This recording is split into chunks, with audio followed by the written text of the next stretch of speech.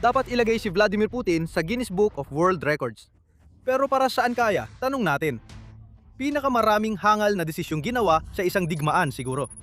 Siya ang mangunghuna dyan. Paano naman yung pinakamaraming palusot na ginawa para magsimula ng digmaan na wala namang saysay? Siguradong panalo siya doon.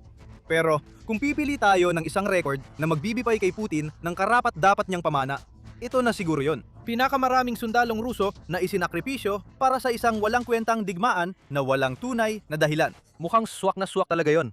Matindi ang mga numero. Baliwaw ang mga dahilan. At ang pinakamasama sa lahat, ito ay record na patuloy pang lalaki hanggat hindi natatapos ang obsesyon ni Putin laban sa Ukraine. Ibibigay namin agad sa inyo ang pinakamahalagang numero. Noong Agosto 13, nawala na ang Russia ng 1,462,900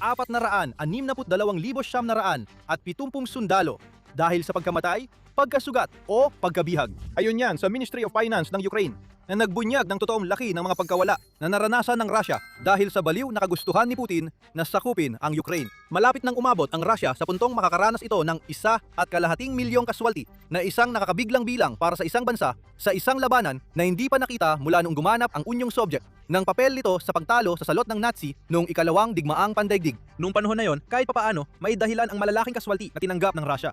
Kailangang mapigilan si Hitler at bayani ang ginampa ng papel ng Russia. Pero ang digmaan sa Ukraine ay hindi tungkol sa pagtigil sa isang mamamatay taong ideologo. Tungkol ito sa pagsilbi sa isa. Walang ibang layunin ang digmaan ng Russia sa Ukraine, kundi ang pagbigyan ang baluktot na pananaw ni Putin sa kasaysayan habang sinusubukan niyang tiyakin ang kanyang pamana bilang isa sa pinakamahalagang leader ng Russia sa lahat ng panahon. Tiyak na maitatala siya sa kasaysayan bilang mahalaga, pero hindi sa paraang gusto niya. Ilang araw na lang at maabot na naman ng Russia ang isa pang mahalagang marka na magpapatibay sa rekord ni Putin bilang pinakamaraming sundalong Ruso na isinakripisyo para sa isang walang saysay na digmaan. Ilang araw pa. Kaunting simpleng kalkulasyon lang ang kailangan para makuha natin ang sagot. Batay sa datos, noong Agosto 13 na ibinahagi namin, 37,000 na lang ang kulang sa Russia para umabot sa 1.2 milyon ang mga sundalong nawala nila sa labanan kontra Ukraine. Ngayon, kailangan natin ng bilang ng mga kaswalti kada araw.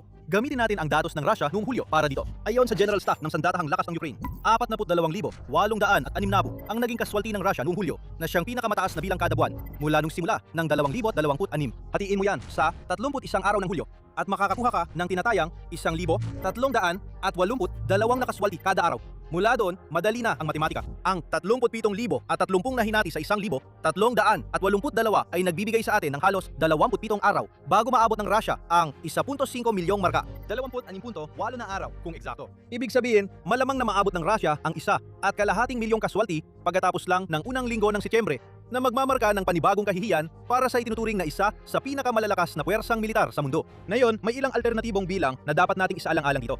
Ang mga numerong ginamit natin ay mula sa Ukraine. At ang Center for Strategic and International Studies o CSIS ay halos sumasang-ayon dito. Ang ibang mga outlet ay hindi sumasang-ayon, bagamat maraming mga paalala o kondisyon nakalakip sa kanilang mga bilang. Halimbawa, tinaya ng ahensyang paniktik ng UK na GCHQ noong Mayo na humigit kumulang 500,000 sundalong Ruso ang napatay sa labanan. Makikita agad natin ang paalala dahil ang bilang na ito ay tumutukoy lamang sa mga sundalong namatay at hindi binibilang ang mga nasugatan o nabihag. Hindi malabong posibilidad na magbigay ang GCHQ ng bilang na malapit sa bilang ng Ukraine kung isasama nila ang lahat ng kaswalti. Sa katunayan, iyon ang ginawa ng CSIS. Ayon dito, tinatayang nasa 450,000 ang namatay na sundalo ng Russia sa labanan. Ngunit, umabot ang kanilang sariling estima sa humigit kumulang 1.4 milyon kapag isinama ang mga nasugatan at nabihag na sundalo. Ang Media Zone, kasama ang BBC Russia Service, ay nagbibigay ng mas mababang estima. Ayon dito, 236,000 at 66 na sundalong Ruso ang namatay. Simula ng ilunsad ni Putin ang kanyang pananakop. Mulay, ang binibilang dito ay ang mga napatay at hindi ang kabuuang bilang ng mga kaswalti.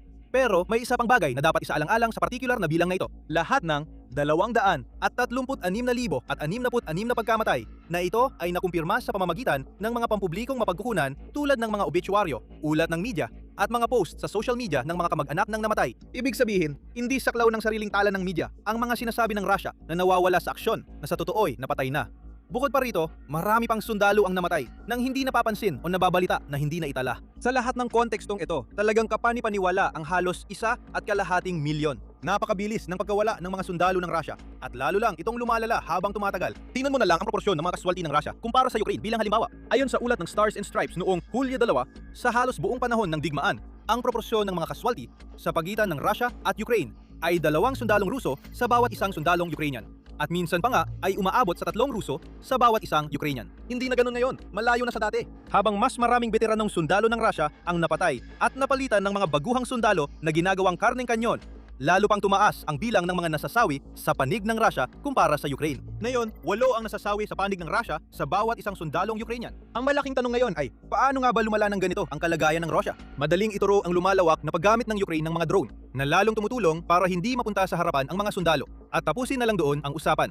At totoo, malaki talaga ang papel ng mga drone at robot ng Ukraine sa mga nangyayari ngayon. Ang dagsa ng mga FPV at mid-range strike drones na nagwawala sa mga kill zone na nilikha ng Ukraine ay pumapatay sa mga sundalong Ruso bago pa sila makalapit sa harapan. Dagdag pa rito, mas madalas nang gumagamit ang Ukraine ng mga ground robot system para sa mga misyon sa harapan na nagbawas ng mga kaswalti ng tauhan ng hanggang 30% ayon sa Modern War Institute at West Point. Gayunpaman, kahit lahat ng ito ay hindi pa rin sapat na paliwanag sa pagkakaibang nangyayari ngayon. Hindi lang basta-basta nawawalan ng napakaraming sundalo ang Russia. Mas marami pang sundalo ang nawawala sa panig ng Russia habang mas kaunti naman ang nawawala sa Ukraine.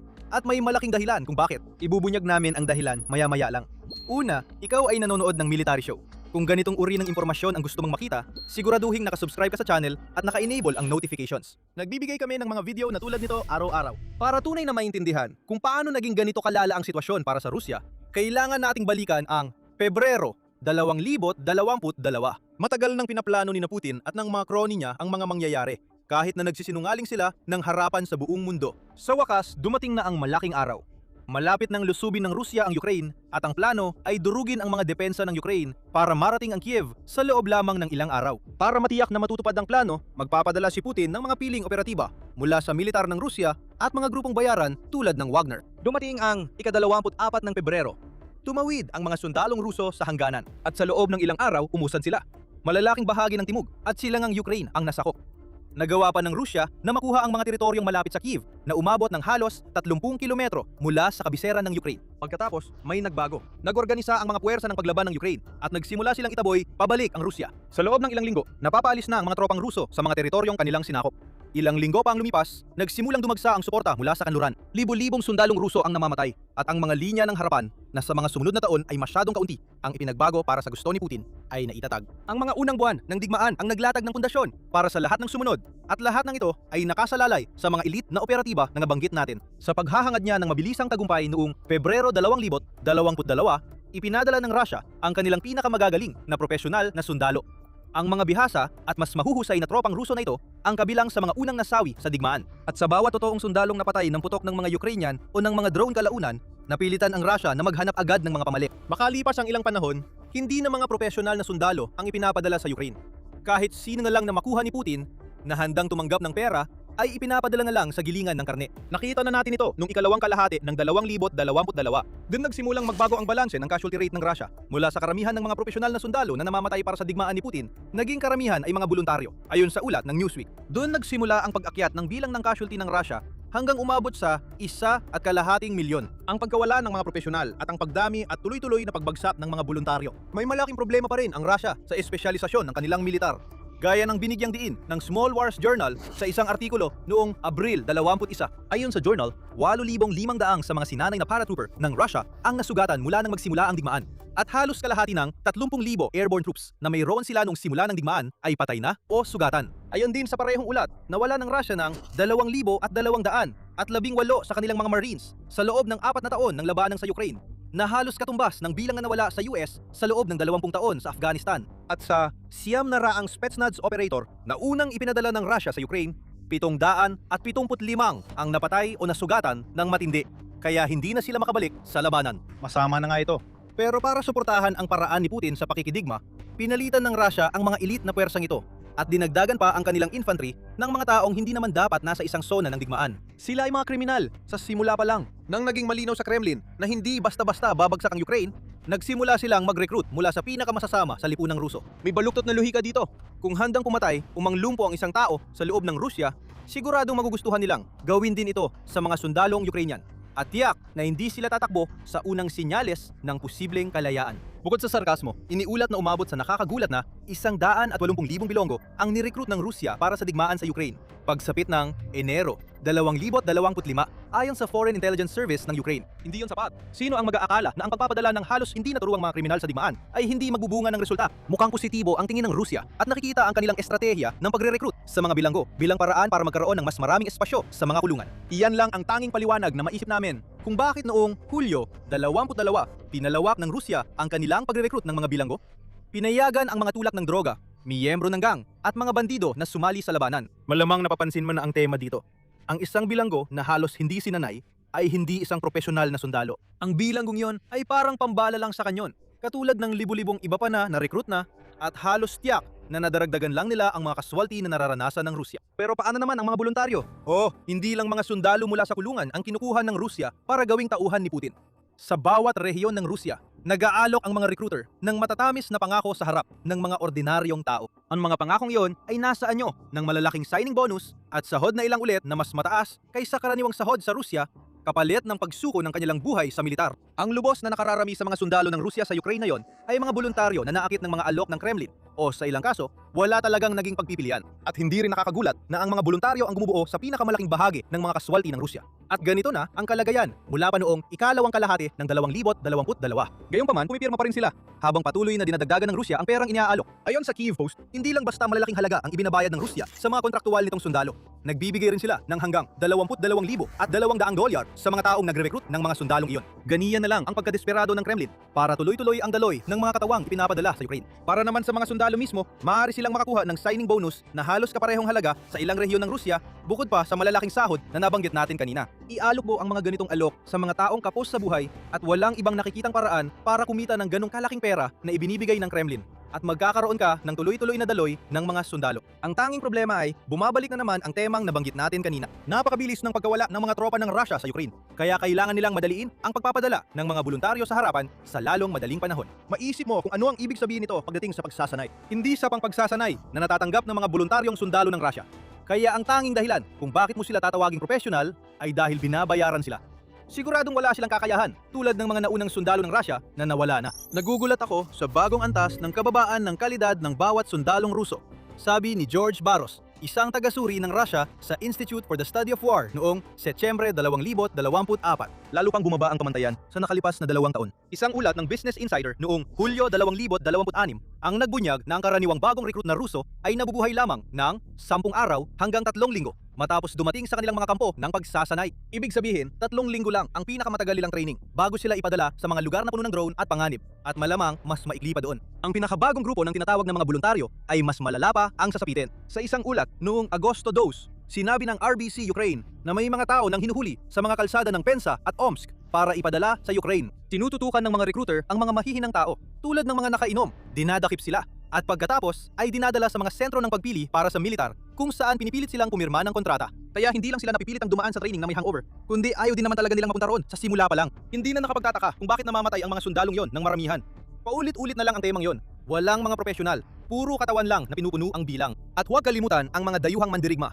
Ayon kay Pangulong Volodymyr Zelensky ng Ukraine, hanggang 50,000 tropang hilagang Koreano ang nakatakdang ipadala sa lupaing Ruso, magsisilbi muna sa likod bago hindi maiiwasang mapunta rin sa harapan. Dagdag pa dyan, ang humigit kumulang 14,000 na ipinadala ng Hilagang Korea sa Russia noong 2024 para tulungan si Putin na mabawi ang teritoryo sa Kursk na sinakop ng Ukraine sa isang kontrapagsalakay. Hindi rin ligtas ang Afrika sa pagre-recruit ng Russia. Natukoy ng Stop Russian Recruiters Platform ng Ukraine ang halos 3,000 katao mula sa mga bansang Afrikano na napunta sa Ukraine, kung saan mga 1/6 na bahagi sa kanila ay namatay na. Kaya hindi lang mga hindi sanay na kriminal at voluntaryo ang bumubuo sa karamihan ng hukbo ng Russia, kundi pati na rin mga sundalong hindi marunong magsalita ng tamang wika at hindi pa nakakaranas ng totoong labanan. Sa puntong ito, hindi na namin kailangang sabihin kung paano napunta ang Russia sa bingit ng 1.2 milyong kaswalti.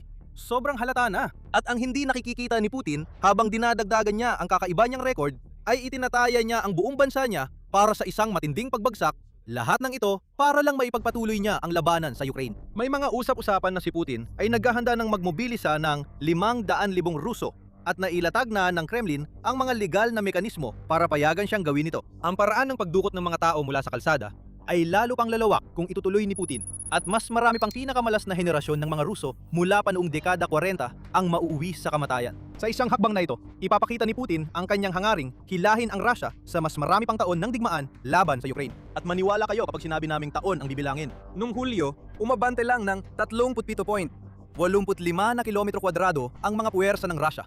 Ayon sa datos mula sa Institute for the Study of War. Ito ay teritoryong kumpirmadong nasakop, kaya hindi kasama rito ang mga lugar kung saan nakapasok lang ang ilang sundalo ng Russia na naghihintay lang na tugisin ng Ukraine. Bigyan natin ng kaunting konteksto yan. Hindi maliit na bansa ang Ukraine. May sukat itong humigit kumulang 603,550 na kilometro kwadrado kung saan 20% ang nasakop ng Russia. Kabilang na ang Crimea. Kung alisin mo ang 20% na iyon, may natitirang 482,840 na kilometro kwadrado ng Ukraine na kailangang sakupin. Nakakuha lang ang Russia ng 37.85 na kilometro kwadrado sa loob ng isang buwan. At iyon na ang isa sa pinakamagagandang buwan nito mula noong Abril. Sa kasalukuyang bilis ng pag-usad nito, aabutin ng Russia ng 12,756 na buwan para makuha ang natitirang bahagi ng Ukraine o mga 1,000 taon. Hindi eksaktong panahon na magugustuhan ni Putin, kaya naman naghahanap siya ng paraan para magmobilisa. Kailangan niyang pabilisin ang mga bagay-bagay para kahit papaano ay may maliit na tsansa na matalo ng Russia ang Ukraine habang siya ay buhay pa at maipagdiwang niya ang tagumpay niya. Isang kaluwalhatian na kumitil na sa Russia ng halos 1.2 milyong tao, winasak ang isang buong henerasyon at mangangailangan pa ng milyon-milyong biktima para maisakatuparan. Isipin mo kung ano na ang naging Russia sa 2026. Laganap ang korupsyon, wasak ang ekonomiya. Nahaharap ang Russia sa pagbaba ng populasyon na dati ng masama bago pa ang digmaan sa Ukraine at mas lalo pang lumala ngayon. At ang imperyo na sinusubukan buuin ni Putin ay gumuho na. Nawawalan ng impluwensya ang Russia sa buong mundo at ang mismong Russia ay mas lalo pang naging isang estado ng pagmamanman. Lahat ito para pagsilbihan si Putin habang siya ay mas lalo pang nilalamon ng sarili niyang paranoia. Ang FSB na halos wala ng limitasyon at mas makapangyarihan pa kay Putin mismo ay inihahanda ang Russia para sa hinaharap kung saan ang mga susunod na leader ay magiging mga papet ng pang-21 siglong bersyon ng KGB. Ang mga limitasyon ng kapangyarihang pinaniniwala ang taglay ng Russia bago ang digmaan sa Ukraine ay nabunyag na sa buong mundo. At habang nangyayari ito, lalo lang nagiging mas malupit ang mga numero. Mas matindi ang mga pagkawala. Hindi titigil si Putin. Hindi niya kaya.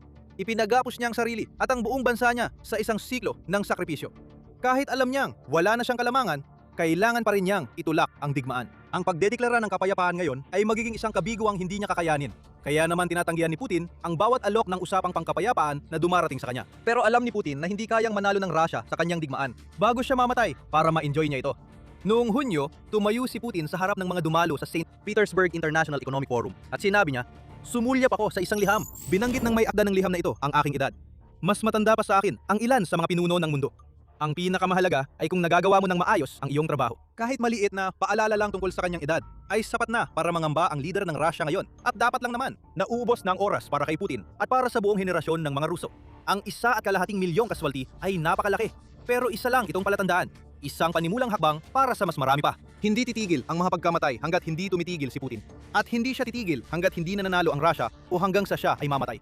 Alam na namin kung saan namin ilalagay ang aming taya. Lagpas sa 4.4 taon na ang nakalipas mula nang magsimula ang digmaan ng Russia laban sa Ukraine. Mas mahaba pa ito kaysa sa unang digmaang pandigdig at mas mahaba pa kaysa sa laban ng Unyong Sobyet laban sa Nazi Germany noong ikalawang digmaang pandigdig. At hindi tulad ng tagumpay ng Unyong Sobyet noon, ang digmaang ito ay nagiging isa sa mga pinakamalalaking kabiguan sa makabagong kasaysayan, lalo na kung isa sa alang-alang ang dalawang bansang sangkot sa labanan. Sa halos lahat ng nasusukat na pamantayan, hindi nangyayari ang digmaang ito ayon sa ipinangako ng Kremlin sa kanilang mamamayan. Patalakayin natin ang aktual na mga numero mula sa mga sanggunian ng Ukraine, Rusya at mga independiyenteng kanluraning pinagkukunan at ipapakita kung gaano kasama ang naging resulta ng pananakop na ito para sa bansang nagsimula nito. Magsimula tayo sa isang numero na dapat tapusin ng anumang argumento tungkol sa kung sino ang nananalo sa digmaang ito sa lupa. Teritoryo, noong Nobyembre 2022, matapos mabawi ng mga kontraopensiba ng Ukraine sa Kharkiv at Kherson ang mahigit kalahati ng lahat ng nasakop ng Rusya. Sa mga unang buwan ng pananakop, kontrolado ng mga puwersa ng Rusya ang humigit kumulang 108,600 kilometro kwadrado ng Ukraine. Iyan ay humigit kumulang 18% ng bansa. Ngayon, mabilis tayong lumipat sa kalagitnaan ng 2026 at matapos ang daan-daang libong karagdagang kaswalti at tuloy-tuloy na pag-aangkin ng Kremlin na pinalalayan nila ang mga bayan ng Ukraine. Kontrolado na ng Rusya ang humigit kumulang 116,000 kilometro kwadrado. Iyan ay mga 20% lamang. Sa madaling salita, sa 3.5 taon ng matinding opensiba, mas mababa pa sa 2% ng lupa ng Ukraine ang nadagdag sa kontrol ng Rusya. At heto pang mahalaga, noon, Abril 2026, Itinala ng Institute for the Study of War na nagkaroon ng netong pagkawala ng teritoryo ang Rusya noong buwang iyon sa unang pagkakataon mula nang magsimula ang digmaan kung hindi natin isasama ang kilalang pagsalakay sa Kursk noong Agosto 2024 na naganap sa mismong lupa ng Rusya. Ang mahalagang punto dito ay mas maraming teritoryo ang nabawi ng mga puwersa ng Ukraine kaysa sa nakuha ng hukbo ng Rusya. Hindi ito nagtagal dahil muling nakabawi ang mga puwersa ng Rusya at nagkaroon ng kaunting netong tagumpay pagsapit ng Hunyo at Hulyo. Ngunit sa loob ng isang buwan, ang di mapigilang pagsulong ng Rusya na ipinagmamalaki ng propaganda ng Kremlin mula pa noong 2022 ay tumigil at hindi na naging totoo. At mahalagang balikan kung gaano kaiba nagsimula ang digmaang ito. Sa mga unang linggo ng pananakop, nasakop ng mga puwersa ng Rusya ang mahigit 60,000 kilometro kwadrado ng Ukraine sa loob lamang ng ilang araw. Mabilis na umabante patungong Kiev bago sila napaatras. Iyan ang lawak ng pagsulong na kayang gawin ng isang buong mekanisadong hukbo kapag nabigla ang isang bansa.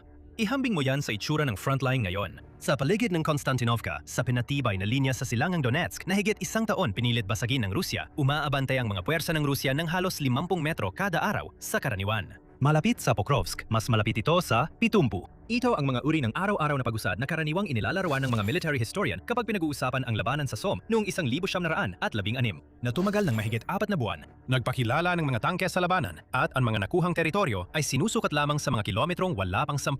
Ang kampanyang iyon ay naging halimbawa ng matinding pagpatay sa malakihang antas na halos walang nakuhang estratehikong benepisyo at tila ganoon din ang ginagawa ng Russia sa ilan sa kanilang mga pagsulong. Para maintindihan kung gaano kabagal talaga ang pagsulong na ito, makakatulong na kwentahin ito gaya ng ginawa ng Forbes noong Mayo 2025. Noong panahong iyon, sumusulong ang mga puwersa ng Russia sa bilis na humigit kumulang 176 na kilometro kwadrado bawat buwan. Kinuwenta ng Forbes at napag-alaman na sa ganung bilis, aabutin ng Russia ng 231 taon bago nila masakop ang buong Ukraine. Ipinakita rin sa parehong pagsusuri na kakailanganin ng Russia ng 100 milyong sundalo kumpara sa kabuuang populasyon na 140 milyon bago ang digmaan.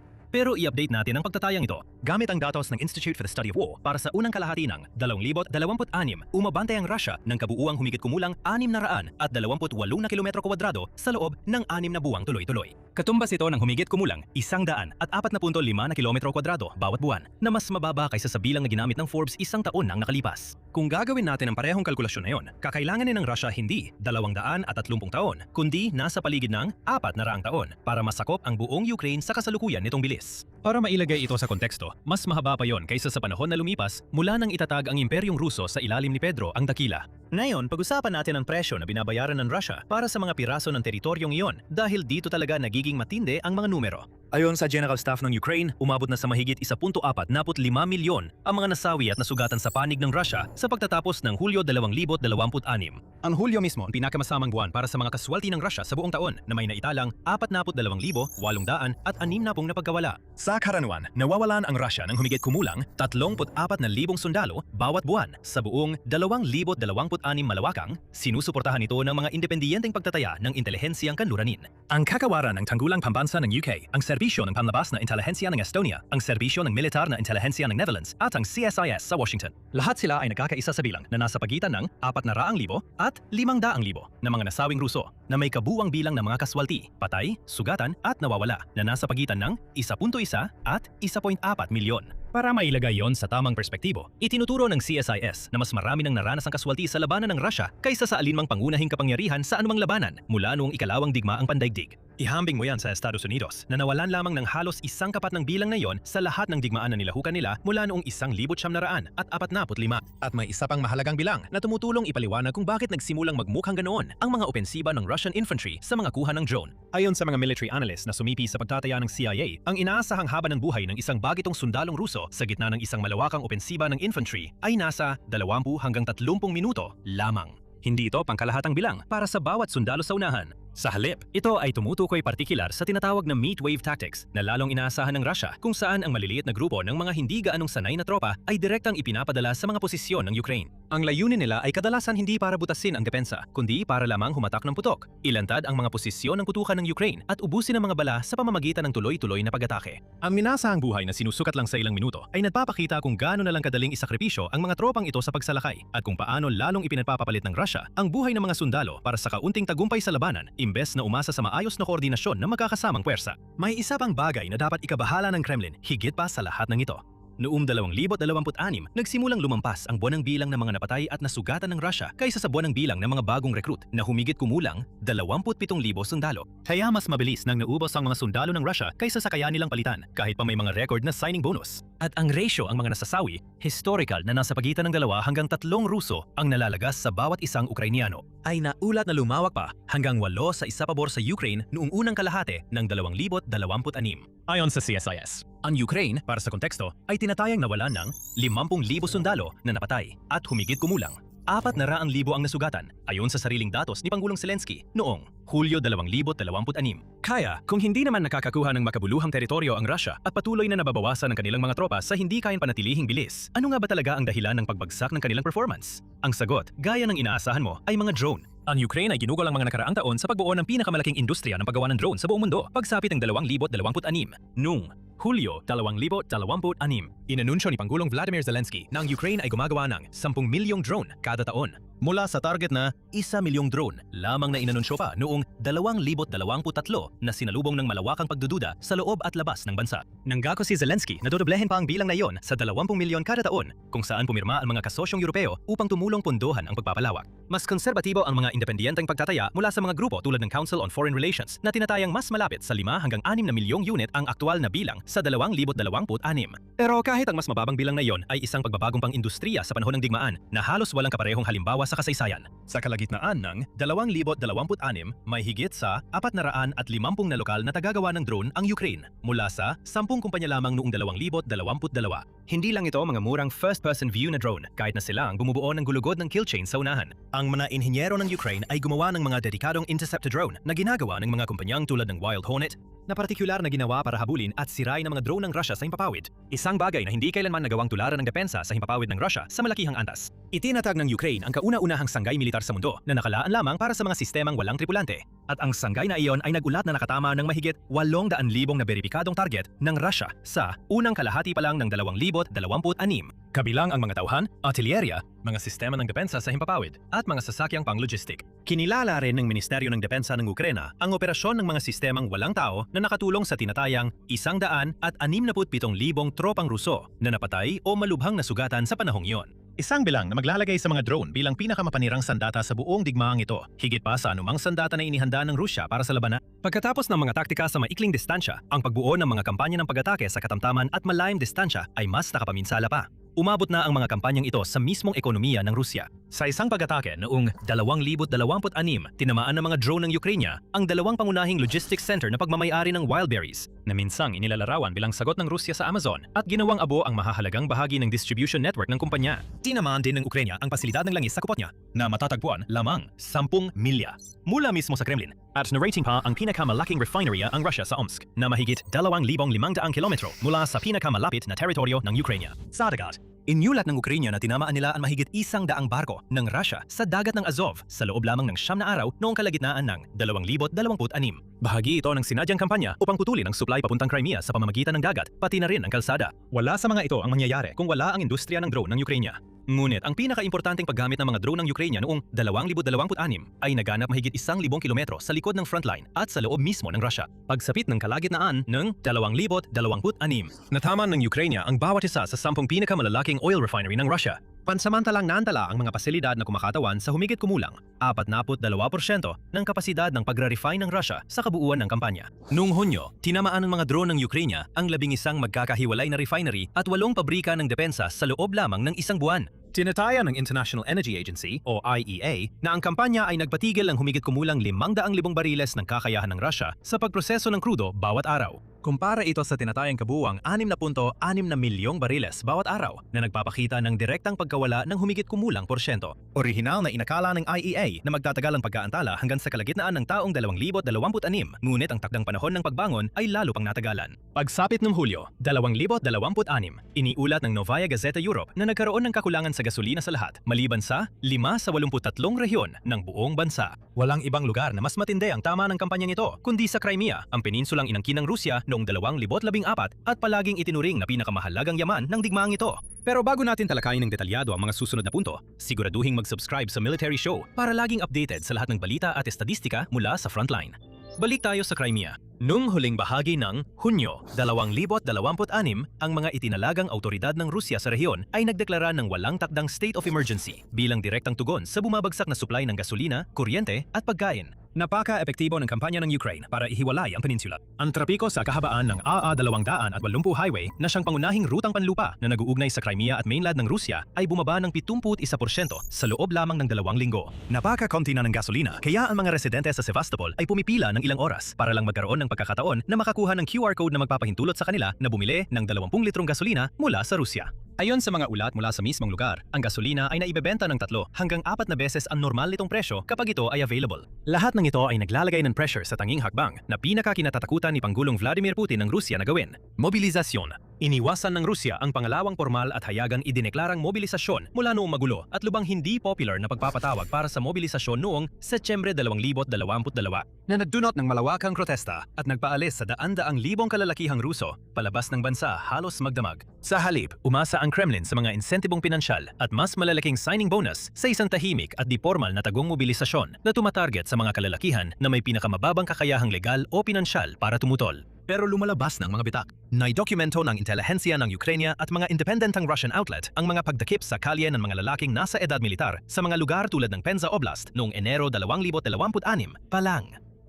Ayon sa ulat, ang pagre-recruit mismo sa Moscow ay bumaba ng 1 katlo kumpara sa nakaraang taon. Hayagang sinabi ni Zelensky na inihahanda ng Russia ang mga kondisyon para sa formal na pagpapalawak ng mobilisasyon sa huling bahagi ng Hulyo 2026 na may ilang pagtatantya na nagsasabing maaaring magpatawag ng mula 300,000 hanggang 500,000 karagdagang tropa. Ang dahilan kung bakit matagal na tinutulan ito ni Putin ay simple lang. Ang mobilisasyon ay sumisira sa hindi sinasabing kasunduan na pinanatili ni Putin sa mga karaniwang Ruso mula nang magsimula ang digmaan. Ang kasunduan ay kailangan lang tiisin ng populasyon ng Russia ang nangyayaring digmaan at mangyayari ito ng malayo sa kanilang mga tahanan o hindi makakaapekto sa kanilang buhay. Ang pangalawang mobilisasyon ay winawasak ang kasunduang iyon. Umabot ito sa mga tahanan sa Moscow at St. Petersburg na halos hindi naapektuhan ng pinsalang pantaw ng digmaan. Ito rin mismo ang dahilan kung bakit napakahalaga sa politika ng kampanya ng drone laban sa 2 lungsod na iyon, na direktang ipinapakita kung gaano kalayo ang kayang abutin ng Ukraine at kung gaano kasama ang kalagayan ng Russia laban sa isang kalabang dapat sanay natalo nila sa loob lamang ng ilang linggo. Ang pinansyal na presyon sa likod ng lahat ng ito ay kasing tindere ng presyon sa lakas tao. Noong Mayo 2026,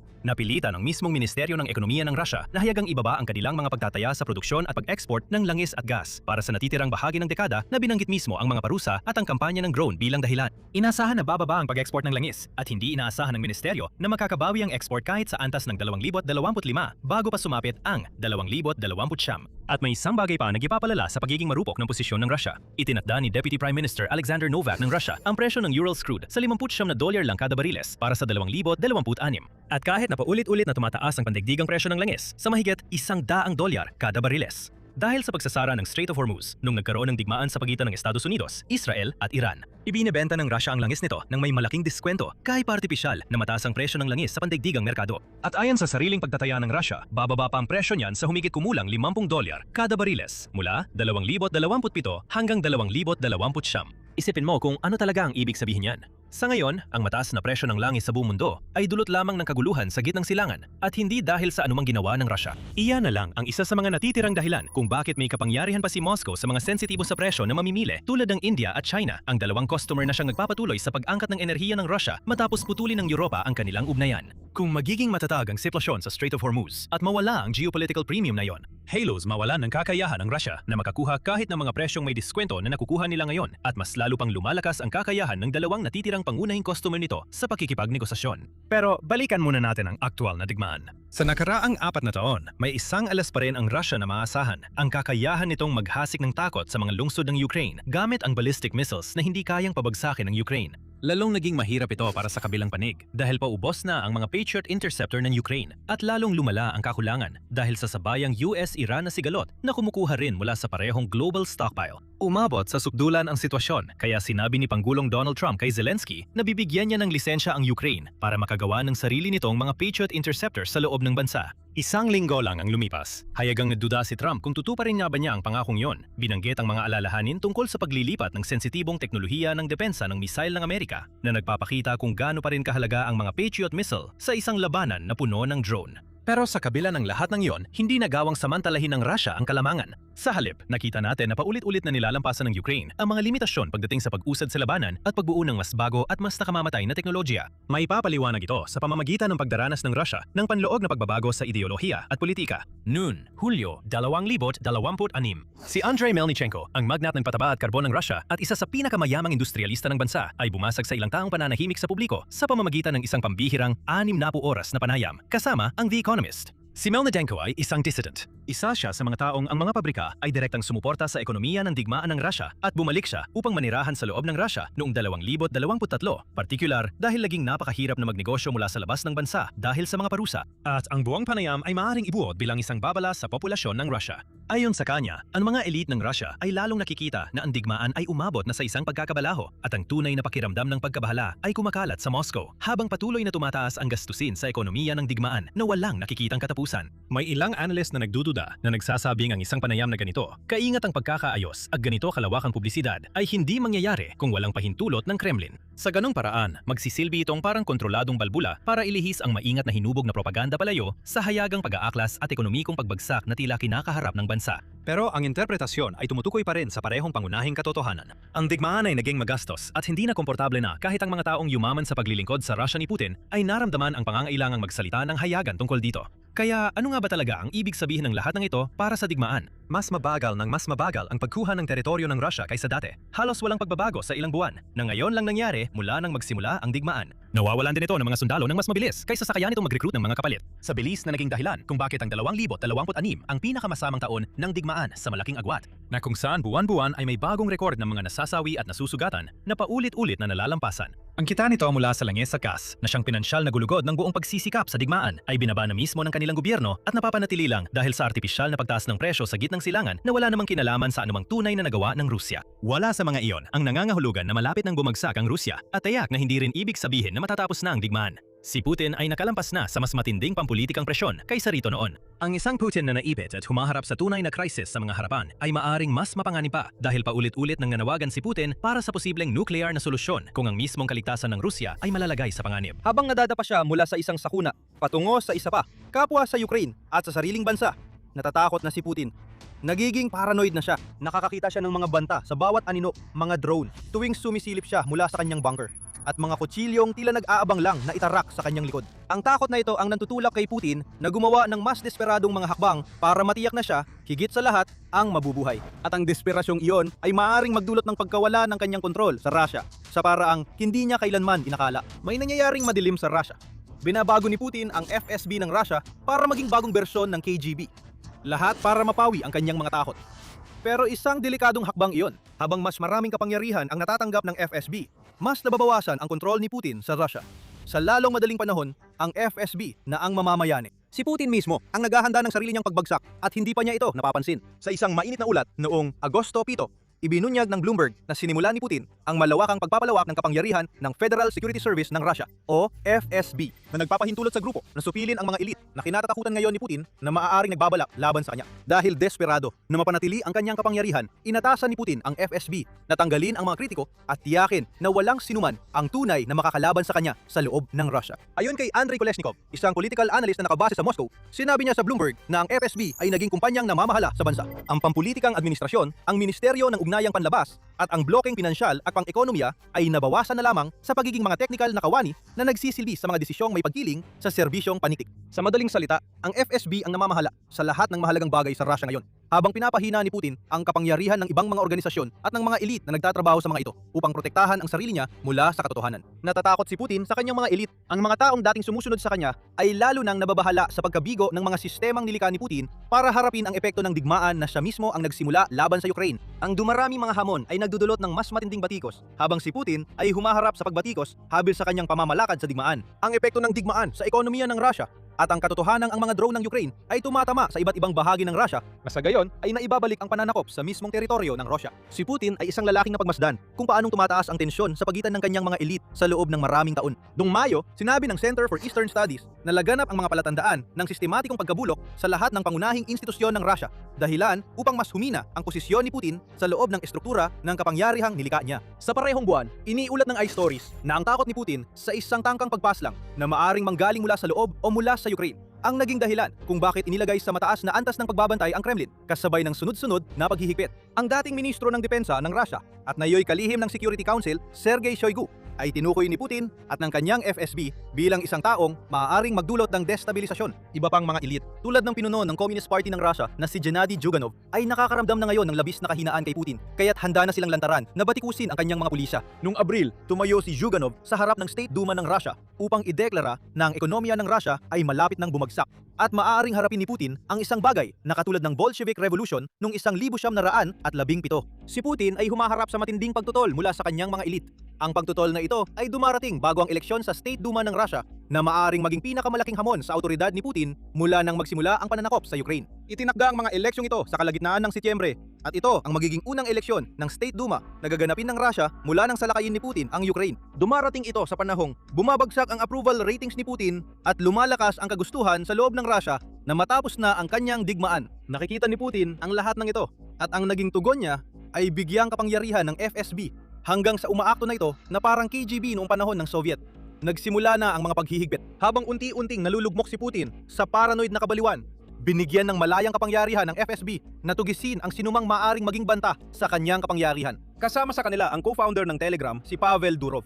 Kinasuhan siya ng terorismo, di umano dahil pinayagan niyang gamitin ng mga Ukrainian security services ang messaging app. Ito ay isang app na malayang magagamit ng publiko saan mang panig ng mundo. Kaya ang paratang ng terorismo ay isang dahilan lamang na gawa-gawa ng FSB upang bigyan daan ang pagsisikap ni Putin na supilin ang Telegram sa loob mismo ng Russia. Mas mukhang malamang na kinasuhan si Durov dahil ayaw niyang bigyan ng backdoor ang FSB sa Telegram na magbibigay dito ng malayang access sa bawat mensaheng ipinapadala sa platform. Si Boris Nadezhdin ay isa pang biktima ng walang habas na pagsupil ng FSB. Isang anti-digmaang politiko na ipinagbawal na hamunin si Putin sa eleksyon ng Russia sa 2024, kinasuhan si Nadezhdin ng FSB dahil sa pagpapakita ng mga simbolo ng ekstremismo. Bakit? Ngunit naglakas loob siyang magpakita ng litrato ng yumaong Alexei Navalny na siya ring naging biktima ng kagustuhan ni Putin na wasakin ang lahat ng uri ng oposisyon noong sinusubukan niyang tumakbo laban kay Putin. Mula noon, nakatakas na si Nadezhdin mula sa Rusya at nasa exile na sa Pransya upang makaiwas sa FSB matapos siyang ideklarang isang dayuhang ahente. Kasama sa iba pang mga paghihigpit ang serye ng mga raid noong Agosto 7 sa Financial District ng Moscow na tumarget sa siyam na hindi autorisadong cryptocurrency exchange networks. Mahigit 20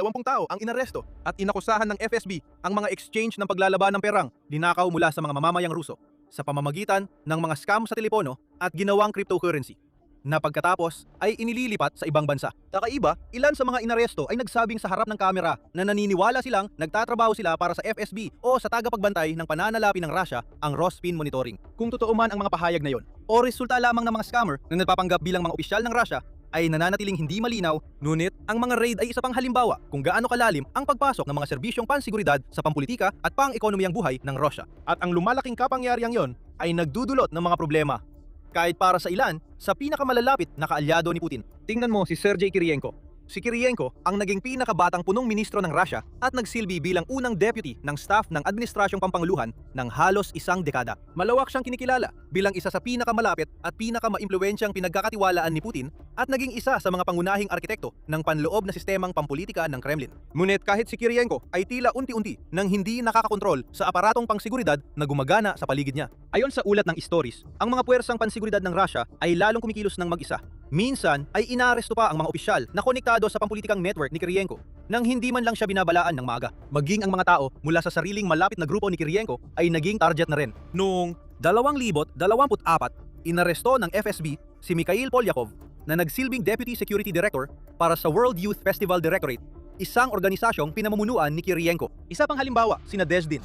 Bago siya pinaalis sa Russia, si Nadezhdin ay nagsilbing tagapayo ni Kiriyenko noong dekada 90. Maaring hindi ito sapat para tawagin siyang kaalyado ni Kiriyenko sa ika-21 siglo. Pero may koneksyon pa rin doon at maaaring sapat na yon para utusan ni Putin ang kanyang mga tauhan sa FSB na atakihin si Kiriyenko. Mas malalim pang sigalot kaysa sa mga individual na pag-aresto. Ayon sa mga source na malapit sa Kremlin at mga serbisyong pansiguridad ng Russia, may tumitinding labanan sa pagitan ng political bloc ni Kiriyenko at ng mga silubiki, kabilang ang FSB. Isinalarawan ng isang tagaloob sa Kremlin ang isang sistema kung saan nawawala na ang mga dating hangganan at wala ng sinuman, kahit pa ang isang taong may makapangyarihang koneksyon, ang garantisadong may proteksyon. Ganito ang itsura ng kapangyarihang nagwawala sa bagong bersyon ng KGB na ito. Ang FSB ang nasa sentro ng lahat ng bagay sa Rusya. At si Putin, ang taong nagbigay daan para mangyari yon. Ang nakikita natin ay si Putin na lalong umaasa sa mga hardliner sa loob ng aparatong pansiguridad para mapanatili ang rehimen. Maaring mukhang karaniwan na yon kay Putin para sa mga tagamasid sa labas. Pero nagbabago na ang antas ng pagdepende niya. Kahit na pinamumunuan niya ang isang otoritaryan na estado ng mahigit 25 taon, tradisyonal na sinusubukan ni Putin na panatilihin ang balanse sa pagitan ng mga naglalabang puwersa sa loob ng elite ng Russia, ang mga security services, mga teknokrata, at mga interes ng mga oligarko at ang administrasyong pampanguluhan. Si Kirienko mismo ay naging isa sa mga pangunahing tagapamahala ng sistemang iyon. Ngayon, nagsisimula ng gumuho ang balancing yon. Ngunit ang Putin ng 2026 ay hindi na ang Putin ng 2016. Habang nagkakaroon ng mas malaking otonomiya ang mga security services, ang mga taong dating tila protektado dahil malapit sila kay Putin, ay natutuklasan na ang padrinong politikal ay hindi na kasing bigat ng dati. At ang pakikibaka ni Kirienko laban sa mga silubiki ay isa sa pinakamalinaw na halimbawa nito. Para kay Putin, ang pagbibipay ng kapangyarihan sa FSB ay maaaring magdulot ng mas mahigpit na kontrol sa maikling panahon. Ngunit mayroong kabalintunan dito. Habang mas nagiging malaya at makapangyarihan ang mga ahensya ng seguridad, mas nagiging mahirap para sa sinumang politikal na personalidad, kabilang na si Putin mismo, na kontrolin ang lahat ng kanilang ginagawa. Ang mas malakas na FSB ay maaring maging masama para kay Putin, lalo na sa pangmatagalan. Ipapaliwanag namin kung bakit. Pero bago yon, ito ang military show. At gumagawa kami ng mga video na tulad nito para ipakita kung paano talaga gumagalaw ang kapangyarihan. Kung gusto mong makakita pa ng iba, siguraduhin nakasubscribe ka sa channel at naka-enable ang notifications. Hindi na lihim na unti-unting pinalalawak ni Putin ang kapangyarihan ng FSB, lalo na habang tumatagal ang digmaan sa Ukraine. Ang unti-unting pagpapalawak na yon ay bumilis noong 2025, kung saan sinabi ng intelihensya ng Ukraine noong Hulyo ng taong yon na ginagawang diktadurang militar ni Putin ang Russia dahil sa lalong pagigting ng kapangyarihan ng FSB. Lumabas ang pahayag na yon matapos lagdaan ni Putin ang isang kautusan na walang banyagang barko ang maaaring pumasok sa anumang pantalan ng Russia nang walang pahintulot mula sa FSB. Dagdag pa, ang mga pagbabago sa legal na sistema ng Russia ay nagbigay ng kapangyarihan sa FSB na kontrolin kung paano makikipagtulungan ang mga institusyong siyentipiko ng Russia sa mga banyagang bansa. Kasama na ang kakayahang ipatupad ang mga hatol sa mga kasong kriminal at isa bansa ang mga ari-arian, iniulat no ng UKRI Inform. Lalo pang lumawak ang kapangyarihan noong unang kalahati ng 2026 habang tumugon si Putin sa pagbaba ng suporta ng publiko para sa kanyang pananakop sa Ukraine. Iniulat ng Jamestown Foundation noong Abril na lumawak ang kapangyarihan ng FSB sa 5 pangunahing larangan sa unang ilang buwan pa lang ng 2026. Ngayon, maaring kontrolin ng FSB ang lahat ng ugnayan sa pagitan ng mga eskular, lokal man o banyaga. Maaari ring piliin ng FSB na harangin ang akses sa internet kahit kailan nila gustuin, pati na rin magbukas ng sarili nilang mga detention center. Hindi naligtas mula sa FSB ang mga digital network. Maaari nilang hingin ang buong access anumang oras na siyang nagpapaliwanag sa pagbagsak ng co-founder ng Telegram. Kaya na ngayong kontrolin ng FSB kung anong mga uri ng website ang maaaring ma-access ng mga Ruso sa hinaharap. At ngayon, may panibagong bugso ng mga pagsupil. Wala nang tunay na nagsisilbing balanse sa kapangyarihan ng FSB. Kumikilos ito ng halos mag-isa na parang utos ni Putin. Pero sa totoo lang, isa na itong nagsasariling kapangyarihan upang hubugin ang Russia ayon sa gusto nito. Sa ngayon, ang layunin ay lumihan ng isang bersyon ng Russia na pasado sa pamantayan ni Putin, ang KGB ng ika-21 siglo. Maginhawa at pamilyar para kay Putin na siya mismo ay naging operatiba ng KGB bago siya umangat sa politika matapos ang pagbagsak ng Soviet Union. Para kay Putin, ang pagpapalawak ng kapangyarihan ng FSB ay tungkol sa pagtatayo ng isang organisasyon na kahalintulad ng matagal niyang kinabilangan. Kontrolado ni Putin ang FSB. Ginagawa ng FSB ang inuutos niya. O, sa tingin ni Putin, ganoon nga. At kahit na maaring totoo yon sa ngayon, habang pinipigil ng FSB ang mga elite na nagbabanta sa kapangyarihan ni Putin, ang tunay na nagawa ng leader ng Russia ay lumika ng isang organisasyon na maaaring magkontrol sa kanya. Si Putin ay nakahiwalay sa tuktok at tanging ang FSB lamang ang pinagkakatiwalaan niyang magsilbi sa kanyang mga interes. Walang checks and balances, walang anumang nakahanda para pigilan ng FSB sa gusto nitong gawin, lalo na habang humihina ang iba pang mga federal na institusyon ng Russia habang lalong lumalakas ang FSB. Ito ay isang recipe para sa kapahamakan. Nag-iisa at wala siyang ibang pinagkakatiwalaan, inihanda ni Putin ang sarili niya na pamunuan ang Russia sa paraang iniisip ng FSB na dapat itong pamahalaan. Ang matinding pangangailangan ni Putin para sa kontrol ay nagdulot sa kanya na ihiwalay ang sarili niya hanggang sa punto na maaari na siyang manipulahin para isipin ang anumang gustong ipaisip sa kanya ng FSB. Tingnan natin ang realidad ni Putin sa loob ng Russia ngayon. Dahil sa labis na pagkahumaling sa tinatawag na espesyal na operasyong militar na nabigong makamit ang alinman sa mga layunin na itinakda niya para dito, tuluyan nang nawalan ng focus si Putin sa pamamahala ng Russia. Bawat desisyon na ginagawa niya ay naapektuhan ng mga nangyayari sa Ukraine. Tuwing tumataas ang buwis, ito ay dahil kailangan ni Putin ng pondo para sa Ukraine. Kapag pinag-uusapan ni Putin ang mga hamon sa populasyon ng Russia, ang totoo, ayaw lang niyang maubusan ng mga sundalong maaari niyang ipadala para mamatay sa kanyang digmaan. May takip sa mata si Putin pagdating sa Ukraine, kaya hindi niya nakikita ang totoong nangyayari sa sarili niyang bansa. Hindi na si Putin ang nagtatakda kung ano ang makakabuti para sa estado. Hindi na rin ang maraming grupong umiiral noon sa Russia para tumulong sa kanya sa patakarang panloob. Ang FSB na ang namumuno ngayon at ang tanging iniintindi nila ay ang seguridad. Wala nang puwang para sa reformang panlipunan. Wala ring tulong para sa mga mamamayan na nahihirapan dahil sa epekto ng digmaan sa ekonomiya o sa mga drone na araw-araw na lumilipad sa itaas. Aktibong binabaklas ni Putin ang mismong mga estrukturang siya rin ang natayo para patatagin ang kanyang kapangyarihan. Lahat ito para bigyan ng mas malaking autoridad ang FSB. Ang FSB na dati inasa ilalim ng kapangyarihan ng iba pang mga institusyon, ngayon ay mas mataas na sa lahat. Pero ulitin natin, si Putin ang namumuno sa FSB, tama ba? Kung ganon, siguradong nilikha lang ni Putin ang mas sentralisadong estruktura ng kapangyarihan, kung saan lahat ng nangyayari sa Russia ay dumadaan sa kanya. Ang FSB bilang mga asong pang-atake ni Putin at si Putin mismo ang amo. Pero ito ang tungkol sa checks and balances. Pinipigilan nila na magkaroon ng ganap na kontrol ang isang grupo o tao sa lahat ng bagay, hanggang sa siya na lang ang gumagawa ng mga desisyon. Para kay Putin, hindi inaalis ang checks and balances para mapaboran siya. Nakikinabang ang FSB sa mga pagtanggal na yon. At kapag ang FSB ay hindi na sumasagot kalinuman na siyang nangyayari ngayon, nagiging isang bagay ito na kahit si Putin ay hindi na kayang kontrolin. Malalampasan ng FSB ang kanyang amo at nagsisimula na tayong makakita ng mga palatandaan na nangyayari na ito ngayon mismo. Binanggit namin na nawawala ng focus si Putin sa mismong Russia dahil may dahilan. Ang pagkahumaling ng leader ng Russia sa Ukraine ang naglagay sa kanya sa posisyon na ma-isolate ng FSB at mapaniwala sa kahit anong kwento na gusto ng FSB na iparating sa kanya. Isipin mo ang ganitong sitwasyon. Ipinatawag ni Putin ang isang tauhan ng FSB para bigyan siya ng update tungkol sa nangyayari sa digmaan sa Ukraine at sa mismong Russia. Sabi ng tauhan, ayos na ayos ang lahat. Sa Ukraine, sumusulong ang ating mga tropa sa record na bilis. Siguradong babagsak ang Donbas bago matapos ang taon. At ang mga tao, mas mahal kanila ngayon kaysa dati. Wala kang kalaban sa politika. Tinanggal na namin lahat ng yon para sa'yo. At dahil sa aming mga paghihigpit, siniguro naming walang magaganap na pag-aalsa sa lipunan. Magtiwala ka sa amin. Para sa ikabubuti mo ang lahat ng ginagawa namin. Noon, si Putin ay may iba pang mga elite at boses sa kanyang malapit na grupo na maaring sumalungat sa ganitong uri ng ulat. Kung sakaling maling impormasyon ang binibigay ng FSB kay Putin. Ngayon, wala nang ganong tao sa malapit na grupo ni Putin. At dahil sa walang hadlang nitong kapangyarihan, maaaring supilin ng FSB ang sinumang itinuturing nitong banta. Hindi kay Putin, kundi sa kakayahan ng FSB na iparating kay Putin ang kwento na gusto nitong marinig ng leader ng Russia. Mukhang hindi ba makatotohanan yon? Hindi dapat. Inihiwalay na ni Putin ang sarili niya. At may mga ulat na lumalabas na pinapakain siya ng maling impormasyon mula sa lahat ng pinagmumulan. Kaya't nakakulong siya sa isang bula ng ilusyon na siya mismo ang gumawa. Walang interes ang FSB na butasin ang bulang yon. Sa halip, patuloy itong magpapasok ng impormasyon na layuning kumbinsihin si Putin na palawakin pa ang kapangyarihan ng FSB. At bakit nga ba hindi niya gagawin yon? Wala nang alam si Putin sa totoong nangyayari sa Russia ngayon. Nalulunod siya sa sarili niyang paranoia. Bihira na ang mga pampublikong paglabas ni Putin noong 2026. Iyon ay dahil karamihan ng oras niya ay ginugugol niya sa pagtatago sa mga bunker, kung saan likas siya mula sa mga drone ng Ukraine, pati na rin sa mga posibleng mamamatay tao at mga gustong agawin ang kapangyarihan na pinaniniwalaan niyang nagtatago sa bawat madilim na sulok. Sa isang ulat noong Mayo, sinabi ng Forbes na halos lahat ng oras ni Putin ay ginugugol niya sa isang arkipelago ng malalaking underground na bunker, kung saan nabuo sa kanya ang kawalan ng tiwala sa mga elite ng Russia. At pinaliit niya ang kanyang lupon ng mga tagapayo sa pinakakaunti. Ito ang perpektong sitwasyon para sa FSB na gustong palakasin ang sarili nilang kapangyarihan sa pamamagitan ng pagbibigay kay Putin ng maling impormasyon. At hindi naman ito bagong taktika para sa FSB o kahit kanino paman. Sa loob ng maraming taon, ang mga tao sa paligid ni Putin ay nagbibigay sa kanya ng maling impormasyon, alinman para makuha ang kanyang pabor o para sa sarili nilang mga layunin. Noong Hulyo 15, naglabas ang United 24 Media ng ulat na tampok ang mga komento mula kay Dmitry Skarabutov, na dating editor ng Vesti News program ng Estado ng Russia. Sabi ni Skarabutov na mula 2012 ang kanilang programa ay inatasang gumawa ng bersyon ng balita para sa pangunahing manonood na idinisenyo upang iulat lamang ang mga bagay na gusto makita ni Putin.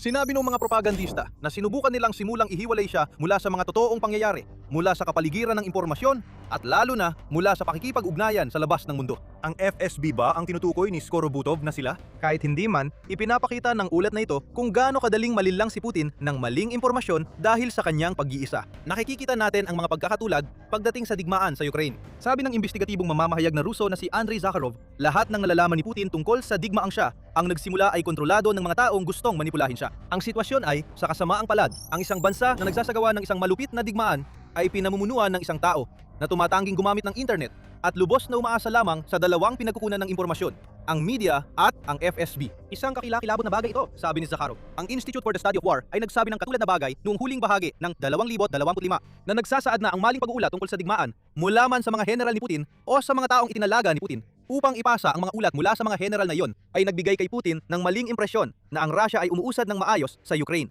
Samantalang kabaliktaran ang totoong nangyayari. Kaya anong klase ba talaga si Putin? Isang leader na tumatangging gumamit ng internet at umaasa lamang sa FSB at sa media na kontrolado ng Estado para sa kanyang impormasyon. Media na napag-alaman nating pinepeke para lang bigyan siya ng mga kwentong gusto niyang marinig. At isang FSB na may malinaw na interes na manipulahin si Putin para palakasin ang sarili nito. Lahat ito ay tungkol sa kontrol. Pero wala itong kinalaman sa pagbibigay kay Putin ng higit pang kontrol. Habang lalo pang lumalawak ang kapangyarihan ng FSB, lalo lang nitong pinapalakas ang bula ng nilika nito sa paligid ni Putin. Ang leader ng Russia ay sobrang napoprotektahan mula sa realidad, kaya hindi niya namamalayan na ang banta mula sa loob na lagi niyang kinatatakutan ay totoong umiiral. Pero ang banta na yon ay hindi galing sa mga elite. Galing ito sa FSB na siya mismo ang nagpalakas. At kapag handa na ang FSB na palitan si Putin, ang kailangan lang nitong gawin ay kumuha ng malaking karayom at pasabugin ang bula na sila rin ang gumawa. Ang FSB na ang kumukuha ng kapangyarihan. Si Putin ay masyadong bulag at masyadong paranoid sa iba para makita ito. Nagiging delikado na ngayong maging isa sa mga kasabwat ni Putin. Sa sariling bansa, kailangan mong harapin ang isang presidente na halatang nawala na ng katinuan dahil sa kanyang obsesyon sa Ukraine. Ang pag-iingat sa bawat kilos ay naging espesyalidad na ng lahat ng general ni Putin. Habang desperado nilang iniiwasan na gumawa o magsabi ng kahit ano na maaring mag-udyok kay paranoid na Putin, na ipadala sila sa biglaang pagkahulog mula sa mga bukas na bintana. Pero para sa mga general na nakikibagay sa kabaliwan ni Putin, may isa pang banta. Mas mapanganib pa. At kamakailan lang ay kumitil ng buhay ng dalawang general habang sila ay nagkakainan at nagkukwentuhan. Sa pinakaligtas na lungsod sa Rusya, dalawa sa mga general ni Putin ang kamakailan lang namatay sa misteryosong mga pangyayari at maaaring isang pambobomba sa isang restaurant sa Moscow ang may kagagawan. Kumakalat ang takot sa hanay ng mga puwersang Ruso. Dapat lang, anumang seguridad na inilagay ng Kremlin para sa kanilang mga pinunong militar ay hindi gumagana. Ilarawan natin ang sitwasyon. Ika-1 ng Agosto, sa Kudryniskaya Square sa gitna ng Moscow. Sa plaza ay may isang Italianong restaurant na tinatawag na Balsi Rossi. At ang restaurant na iyon ay nakatagdang maging lugar ng isa na namang magarbong gabi. Hindi na bago sa Balsi Rossi ang ganitong mga gabi. Matatagpuan sa Krasnaya Presnaya na kapitbahayan ng Moscow. Ito ay nasa pinakasentro ng isa sa pinakamayamang lugar sa lungsod. Mga oligarko at mga opisyal ng militar na pawang yumaman dahil sa maruming pera ni Putin ay regular na bumibisita sa restaurant. Nakayos sa kanilang magagarang kasuotan habang naghahanda silang kumain ng pinakamagandang pagkain na iniaalok ng Moscow. Ang mga elitistang ito ay naglalakad-lakad na parang walang pakialam, waring-walang alam sa kaguluhang pang-ekonomiya na idinulot ng kanilang pinuno sa kanilang bansa. E ano ngayon kung karamihan sa mga tao sa Russia ay nahihirapan dahil sa matinding pagtaas ng presyo at nagsasara ang mga negosyo kaliwat kanan, umaabot pa sa 15,000 kada buwan. May kaligayahan para sa mga sip-sip kay Putin.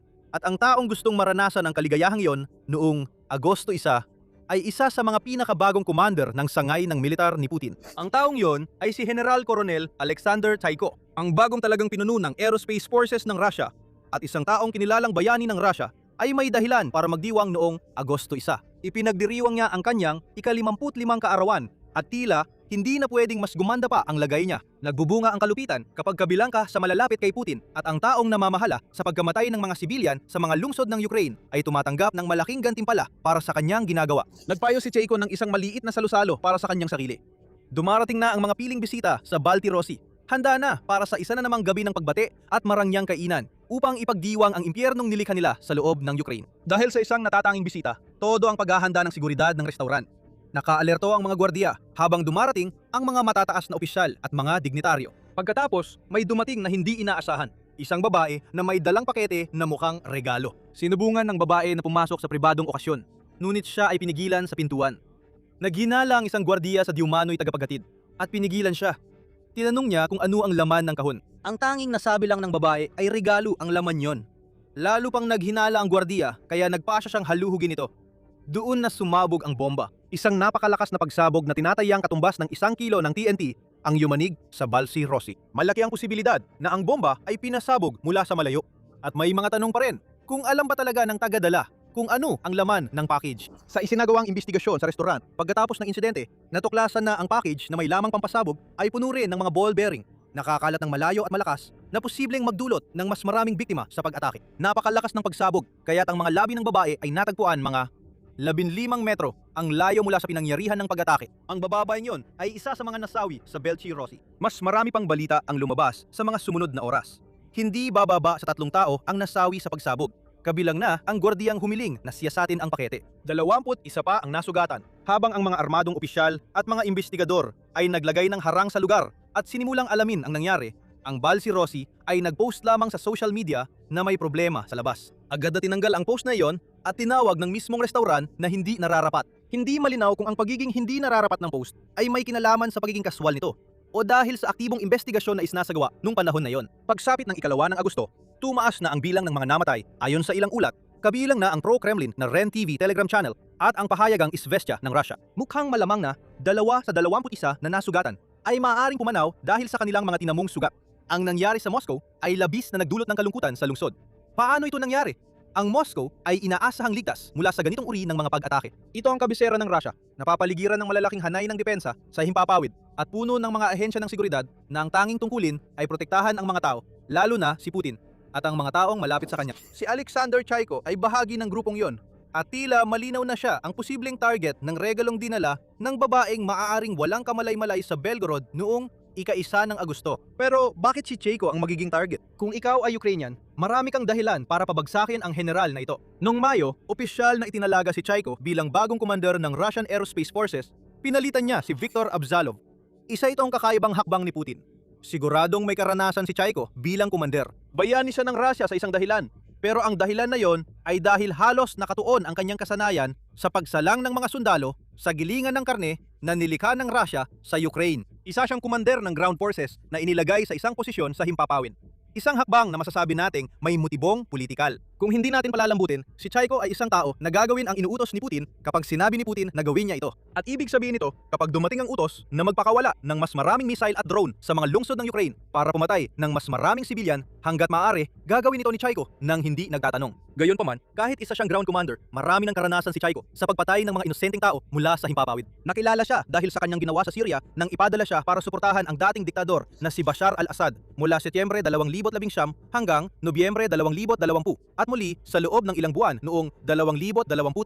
Doon, pinamunuan ni Chaiko ang walang tigil na mga airstrike laban sa mga klinika, paaralan, ospital at panaderya, lalo na sa reyon ng Idlib, na noon ay hawak ng mga rebelde na lumalaban sa rehimen ni Assad. Ang sistematiko at walang awang paraan ng mga pag-ataking ito ay nagpakita sa Pangulo ng Russia na kayang maging kasing sama mismo ni Putin, si Chaiko. At totoo nga, sa unang mga buwan ni Chaiko sa bago niyang tungkulin, ipinaranas niya sa mamamayan ng Ukraine ang sarili niyang uri ng kalupitan. Sinamantala ni Chaiko ang patuloy na kakulangan ng Ukraine sa mga Patriot missile, kaya iniutos niyang paulanan ng napakaraming ballistic missile ang mga lungsod ng Ukraine. Noong Hulyo, nagpakawala ang mga puwersa ni Chaiko ng 175 ballistic missile sa Ukraine at 29 lamang dito ang na-intercept dahil paubos na ang mga stock ng Patriot. Kasama ng mga ballistic missile na yon ang 265 cruise missile kung saan 187 ang na-intercept. Pati na rin ang 8,653 na strike drone. May mga sibilyan na namatay sa ilang pag-atake ng Russia at mas marami pa ang nasawi sa mga pag-atake na isinagawa nitong Agosto. Noong Agosto 5, muling nagpakawala ang Russia ng sunod-sunod na pag-atake na nakatuon lalo na sa Kiev at mga kalapit na reyon, kung saan hindi bababa sa 17 ang naiulat na namatay. Nagkaroon din ng mga nasawi sa Kharkiv at Donetsk, kung saan isang namatay sa Kharkiv at 3 naman ang naiulat sa Donetsk. Iyan ang dahilan kung bakit napakahalaga ni Chaiko kay Putin. Mag-utos siya ng pagpatay sa mga sibilyang Ukrainian nang walang pagsisisi. Kaya siguro iniisis mo na sasabihin namin na namatay rin si Chaiko sa pag-atake sa restaurant sa Moscow, na malas para sa Ukraine.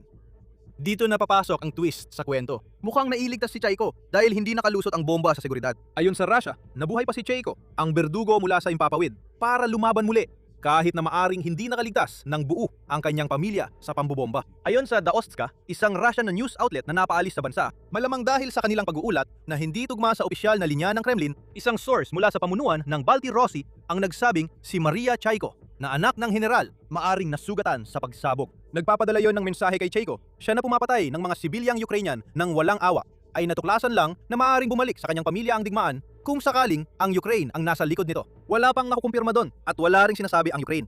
Pero si Maria ay hindi si Alexander. Ibig sabihin, kung sino man ang nagtangkang pumatay ay nabigong makapinsala ng malaki sa pamunuan ng militar ng Russia. Tama ba? Huwag muna tayong magmadali. Ang kwentong ito ay mas maraming liko kaysa sa isang pakete ng Twizzlers dahil may mga bagong balita na lumabas na nagpapahiwatig na maaaring mas matagumpay ang pambobomba sa Moscow kaysa sa unang inakala. Pero bago pa namin ibunyag ang iba pa, paalala lang na pinapanood mo ang palabas tungkol sa militar. Ipinapakita namin sa iyo ang buong larawan sa pamamagitan ng pagtalakay lampas sa mga headline para ipakita kung ano talaga ang nangyayari. Siguraduhin mag-subscribe ka at i-enable ang notifications para hindi mo ma-miss ang alinman sa mga paparating naming video. Noong Agosto 6, naglathala ang United 24 Media ng isang napaka-interesanteng artikulo. Ayon dito, isang pares ng mga general ng Russia kung saan ang isa ay hindi pa nakikilala. Ngunit ang isa ay pinangalan ng Lieutenant General Igor Yaroselimov. ay namatay sa hindi maipaliwanag na mga pangyayari. Iniulat ng Necromancer X account na inilibing ang general noong Agosto 5. Ngunit may mga pahayag din na maaring plano lamang ang abiso ng libing at maaring buhay pa si Yaroselimov. Mukhang iyan mismo ang sasabihin ng mga source ng Kremlin matapos mawala ng isang kilalang general. Pero ang talagang dapat mong bigyang pansin ay ang petsa ng libing. Ang Agosto 5 ay ilang araw lang matapos ang Agosto 1 na siyang araw kung kailan inatake ang restauran sa Moscow. Malinaw na sinabi ito ng United 24 Media. May mga sinasabing kasama sa listahan ng mga bisita para sa munting salusalo ni Chaiko, sina Yaroselimov at ang hindi pa nakikilalang general. Kung totoo ito, maaring mas naging matagumpay ang tangkang pagpatay sa Balchi-Rossi kaysa sa unang inakala. Maaring nakaligtas si Chaiko, pero dalawa pang general ang maaring nasawi. Alam natin tiyak na nailibing na ang hindi pinangalanang general. Hindi pa isiniwalat ang lokasyon ng libing ni Yaroselimov. Ngunit ang pangalawang general ay inilibing sa Troyekurovskoye Cemetery. Di umano'y sa isang seremonya na isinagawa sa ilalim ng matinding seguridad. Nagbantay ang mga opisyal sa sementeryo mula pa noong madaling araw habang dinala ang mga tropa gamit ang bus upang magbigay galang. Isinagawa rin ang inspeksyon ng mga sasakyan at lahat ng mga naglakad papunta sa seremonya ay kailangang dumaan sa metal detector. Pero dit na nagiging talagang interesante ang lahat. Ayon sa United 24 Media, may honor guard na kasama sa prosesyon na nagpapahiwatig na ang hindi pinangalan ng general na inilibing ay isang napakahalagang tao. Ang gwardiyang iyon ay nagwagayway ng watawat ng Russian Aerospace Forces. Gayunpaman, sa tabi ng libingan ay inilagay ang watawat ng Russian Ground Forces. May ilang mga interesanteng detalye na nagsasama-sama dito. Isang general na naglingkod sa parehong air at ground forces ng Russia.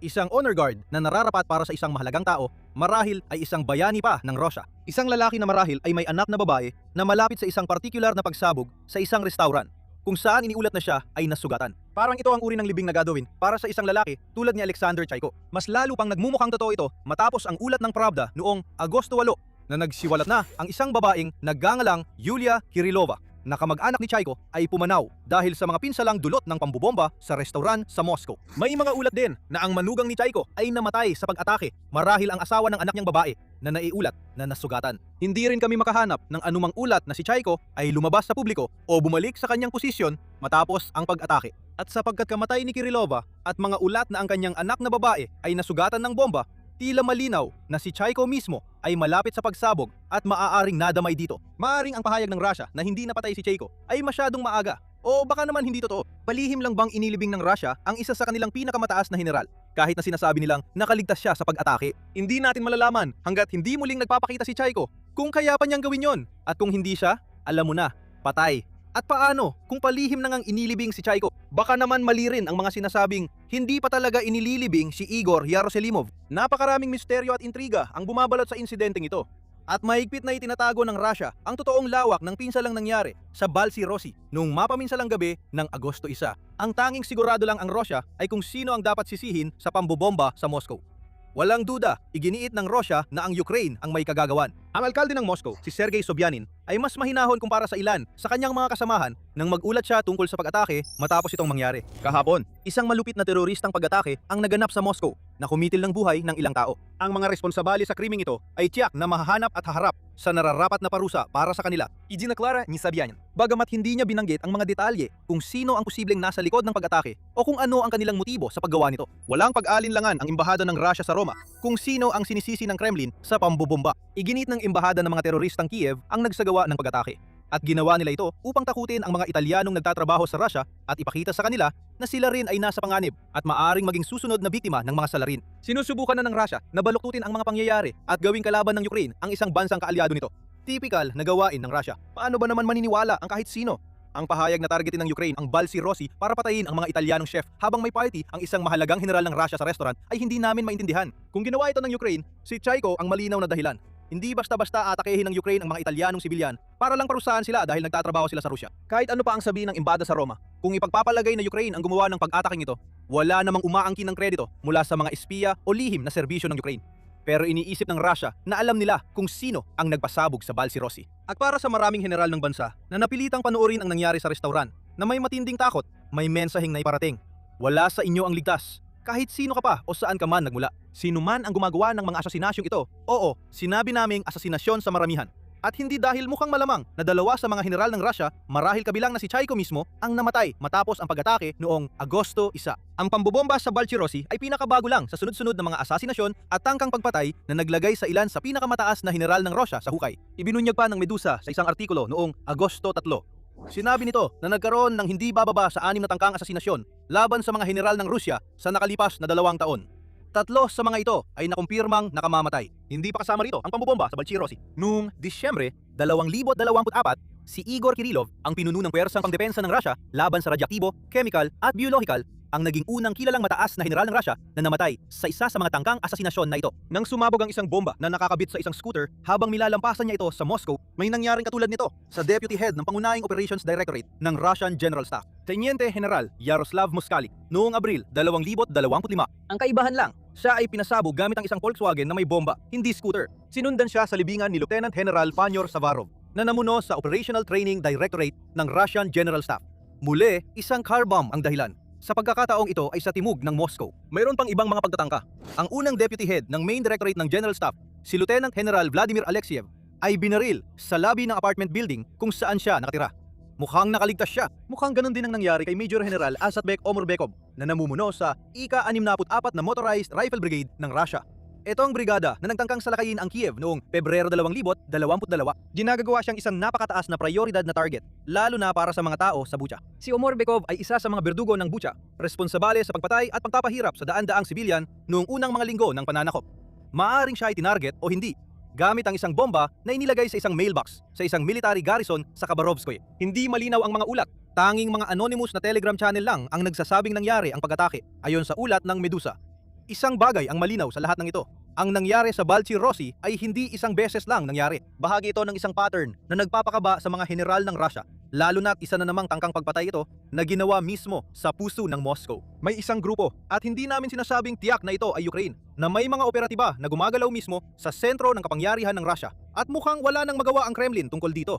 Sinusubukan ng Russia na protektahan ang kanilang mga general. Naglalagay sila ng mga hakbang sa seguridad, tulad ng mga nasa loob ng Bolshirosi noong naganap ang tangkang pagpatay kay Charko. Pero hindi pa rin ito sapat. Hindi mahanap ng Russia ang mga mamamatay tao. At kung hindi nila ito mahahanap, wala silang magagawa laban sa kanila. Kung sino man ang gumagawa ng mga asasinasyong ito, siguradong may malawak silang network ng mga espiya sa loob mismo ng Moscow na nagsisilbing mga mata at tainga, abang sinusubaybayan nila ang mga posibleng target. Ang mga elite ng Russia ay hindi alam kung kanino lalapit. Alam nila na may isang tao, kung saan man, na nagtatago sa dilim at maaaring sinusubaybayan sila habang nagsasalita tayo. At kung sila ay magpapakitang gilas na magdaos ng maranyang birthday party sa isa sa pinakamayamang distrito ng Moscow, ibig sabihin, maaari silang maging target. Tungkol naman sa payo ng Kremlin sa mga matataas na opisyal na ito, magpalago ng balbas at seryosohin ang pagbabago ng kanilang mga ruta. Iyan ang iniulat ng The Insider na sinasabing ipinapayo ng Ministry of Defense ng Russia sa kanilang mga general matapos ang pinakahuling pambobomba sa Moscow. Ibig naming sabihin, mas mataas pa ito kaysa kay Clark Kent at ang kanyang salamin. Pero sa totoo lang, parang hindi naman maloloko ng balbas ang isang gustong pumatay, na binabantayan ang bawat galaw ng kanyang target. Kapag lumabas na ang target mula sa kanilang bahay, sasabihin lang ng nagmamanman, tingnan mo, nagpalago lang sila ng balbas. Huwag mag-post ng personal na impormasyon sa social media. Palitan ang mga numero ng telepono at mag-ingat sa sinumang madalas nilang makita sa mga rutang palagi nilang dinadaanan. Pero yun ang problema. Ito ang pinaka-basic sa mga basic. Hindi binibigyan ng personal na bodyguard o anumang totoong makakapigil sa isang pag-atake ang mga general na ito. Magpalago lang ng balbas at umiwas sa internet ang tila payo sa kanila. Basic man ito, pero hindi sinunod ni Tsaiko ang payong ito. Ngayon, may bagong alon ng takot na bumabalot sa mga general ng Russia. At kahit gaano pa karaming balbas ay hindi ito mapipigilan. Ang katotohanan nangyari ang pag-atake sa Balchirosi ay isa na namang kahihiyan para kay Putin. Sa isang digmaan na punong-puno na ng mga ganitong kahihiyan. Halos tuwing ilang linggo. Ngayon, may isa na namang balita na parang simula na ng katapusan. Pumibigay na ang ekonomiya ng Rusya, nakahiwalay na ang Crimea at namamatay ang mga sundalo ng Kremlin ng 10,000. Karamihan ng mga Ruso ngayon ay gusto nang matapos ang digmaan na ito at nais nilang magsimula na ng usapang pangkapayapaan ang Rusya. At sa bawat pagkakataon, iisa ang tanong, gaano pa katagal magpapatuloy ang digmaan sa Ukraine? Gayunpaman, maaaring sabihin na mali ang tanong na ito o hindi, kaya ay nakatuon ito sa maling pakay. Dahil ang tapat na sagot kung gaano pa katagal kayang panatilihin ni Putin ang digmaan na ito ay hindi talaga tungkol sa mga tangke o drone. O kung ilang kilometro ng teritoryo ang napapasa kamay ng magkabilang panig sa paligid ng isang partikular na baryo o lungsod bawat buwan. Ito ay tungkol sa isang bagay na hindi gaanong nakikita at mas mahirap baligtarin. Sa nakalipas na 4 na taon, ang digmaan sa Ukraine ay hindi na lang basta digmaan na nilalabanan ng Russia, kundi naging bagay na nagpapatakbo sa buong panloob na sistema ng Russia. At nagbabago yon ang buong tanong dahil kung totoo yon, ang pinaka nakakatakot na senaryo para kay Vladimir Putin ay hindi ang matalo sa digmaan, kundi ang manalo rito. Magsimula tayo sa bahagi na parang pinaka-kontra sa inaasahan dahil ito rin ang bahagi na may pinakamaraming ebidensya. Sa mga nakaraang taon, nasanay na tayong lahat sa idea na unti-unting sinasakal ng mga parusa at pagkatalo sa labanan ng ekonomiya ng Russia. At sa huli, mapipilitan ng Moscow na makipag-usap dahil sa pressure na iyon. Siyempre, may presyon talaga sa ekonomiya ng Russia at nadudulot ito ng makabuluhang epekto. Pero madali lang makita yon. Matapos makabawi ng malakas noong 2023-24, bumagal ang paglago ng GDP sa humigit kumulang 1% noong 2025 at sa mga unang buwan ng 2026. Inyulat ng Ministry of Economic Development ng Russia na lumiit ang ekonomiya ng 0.3%. Bagamat maaring mukhang maliit ang bilang na ito, malayo ito sa bilis na kailangan para mapanatili ang paggastos sa panahon ng digmaan nang hindi tumataas ang pressure sa budget. Pero hindi lang pera ang nawala sa Russia dahil sa digmaan. Kinailangan din ng bansa na muling buuin ang buong pundasyon ng ekonomiya para suportahan ang digmaan na iyon. At ngayon, nakadepende na talaga ang ekonomiya sa pagpapatuloy ng digmaan, katulad ng pagdepende ng Ukraine sa pagtatapos nito. Pinakamalinaw ito kung saan nagtatrabaho ang mga manggagawa ng Russia. Mula noong 2021, ang porsyento ng lakas paggawa ng Russia na nagtatrabaho sa industriya ng depensa ay tumaas mula sa wala pang 4% hanggang sa mahigit 5%. Maaring hindi yun mukhang malaki hanggang isali mo ito sa bilang ng mga tao. Mga 3.8 milyong Ruso ang nagtatrabaho sa mga sektor na direktang konektado sa military-industrial complex, isang pagtaas ng mahigit kalahating milyong trabaho mula nang magsimula ang pananakop. At hindi lang basta-basta ang mga trabahong ito. Ang sahod sa sektor ng depensa ay tumataas ng 30 hanggang 60% kada taon, na mas mataas pa kaysa sa inflation sa isang bansa, kung saan ang ganitong uri ng pagtaas ay dating hindi maiisip. Sa mga bayang probinsyal na isang dekada nang hindi umuunlad, ang mga sahod sa mga pabrika ng depensa ay tunay na nagdulot ng malaking pagbabago. Ang Russia ay naglalagak ng napakalaki at walang kapares na halaga ng pera ng Estado sa paggawa ng mga armas, at ang paggastos na ito ay kumakalat patungo sa mga sahod, konsumo at mga budget ng rehiyon na sana ay lumiit na. Ang estratehiyang ito ay gumana sa makitid na kahulugan dahil napapanatili nitong buhay ang ekonomiya sa panahon ng digmaan. Opisyal, ang paggastos sa militar ay nasa 7 hanggang 8% ng GDP ng Russia. Hindi opisyal, may ilang pagtatantiyan na nagsasabing ang totoong bilang ay malapit sa 10 hanggang 12% kapag isinama mo ang lahat ng nakatagos sa mga kaugnay na linya ng budget. Sa alinmang kaso, pinag-uusapan natin ang isang pampasiglang pangdigmaan sa antas na hindi pa nakita sa Russia mula pa noong panahon ng Soviet Union o kahit saan pa sa mundo. Na siyang nagdadala sa atin sa tanong kung ano ang mangyayari sa ekonomiya kapag natapos ng digmaan. Dito nabubuo ang isang talagang kapansin-pansing argumento sa mga analyst ng Russia nitong nakaraang taon. At ito ay na si Pangulong Vladimir Putin ng Russia ay malamang na mas kayang tustusan ang isa pang taon ng digmaan kaysa sa unang taon ng kapayapaan.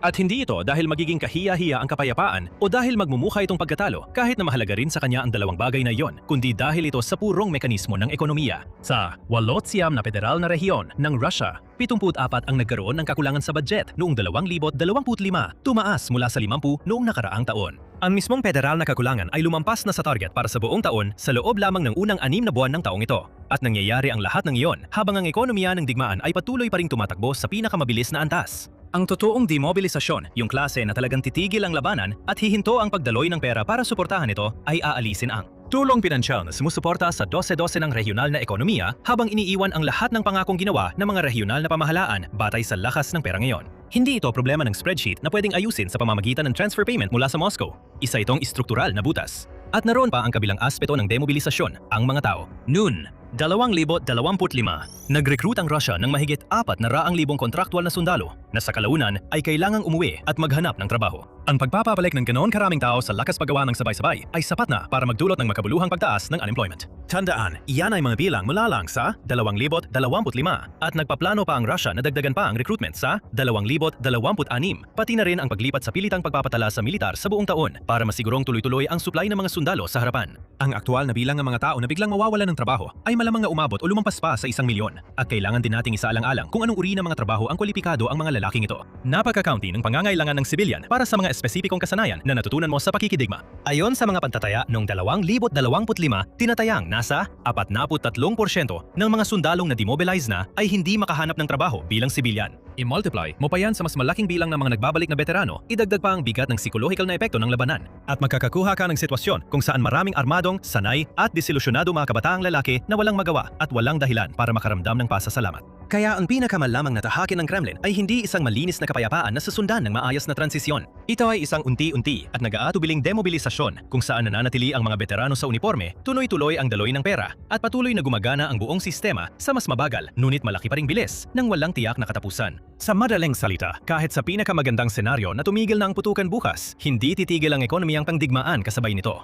Ngayon, pag-usapan natin kung sino talaga ang nakikinabang sa lahat ng ito. Dahil dito, mas nagiging interesante ang kwento. Bagamat masasabi nating ang digmaan ay nangyayari sa pagitan ng Rusya at Ukraine, ang mga totoong taong may hawak ng kapangyarihan at ang mga mekanismong nagpapalakas sa geopolitika sa likod ng agresyon ng Rusya ay minsan ay wala pa nga sa Rusya. Para dito, kailangan nating bumalik bago pa magsimula ang digmaan, noong ang kapangyarihan ng Rusya ay nakasalalay sa tatlong haligi sa ilalim ni Putin. May mga teknokrata, mga taong tulad ng punong ministro at gobernador ng sentral na bangko na ang tungkulin ay panatilihing matatag at lumalago ang ekonomiya. Mayroon ding mga silofiki, ang mga ahensya ng seguridad, na ang tungkulin ay hindi talaga kontrole ng populasyon, kundi disiplinahin ang mga nasa elite, siguraduhing walang lalampas sa itinakdang linya. At mayroon ding mga oligarko, mga negosyanteng nagbebenta ng langis, gas at mga metal ng Rusya sa kanluran. Itinabi ang malaking bahagi ng kanilang yaman sa labas ng bansa para sa kaligtasan. At kapalit nito, nagtamasa sila ng kakaibang uri ng limitadong kasarinlan. Gumagalaw sila sa loob ng sistema ni Putin. Pero may leverage sila at mas mahalaga, may paraan silang makalabas. Pwedeng gipitin sila ng Moscow pero hindi sila basta-basta kayang sirain.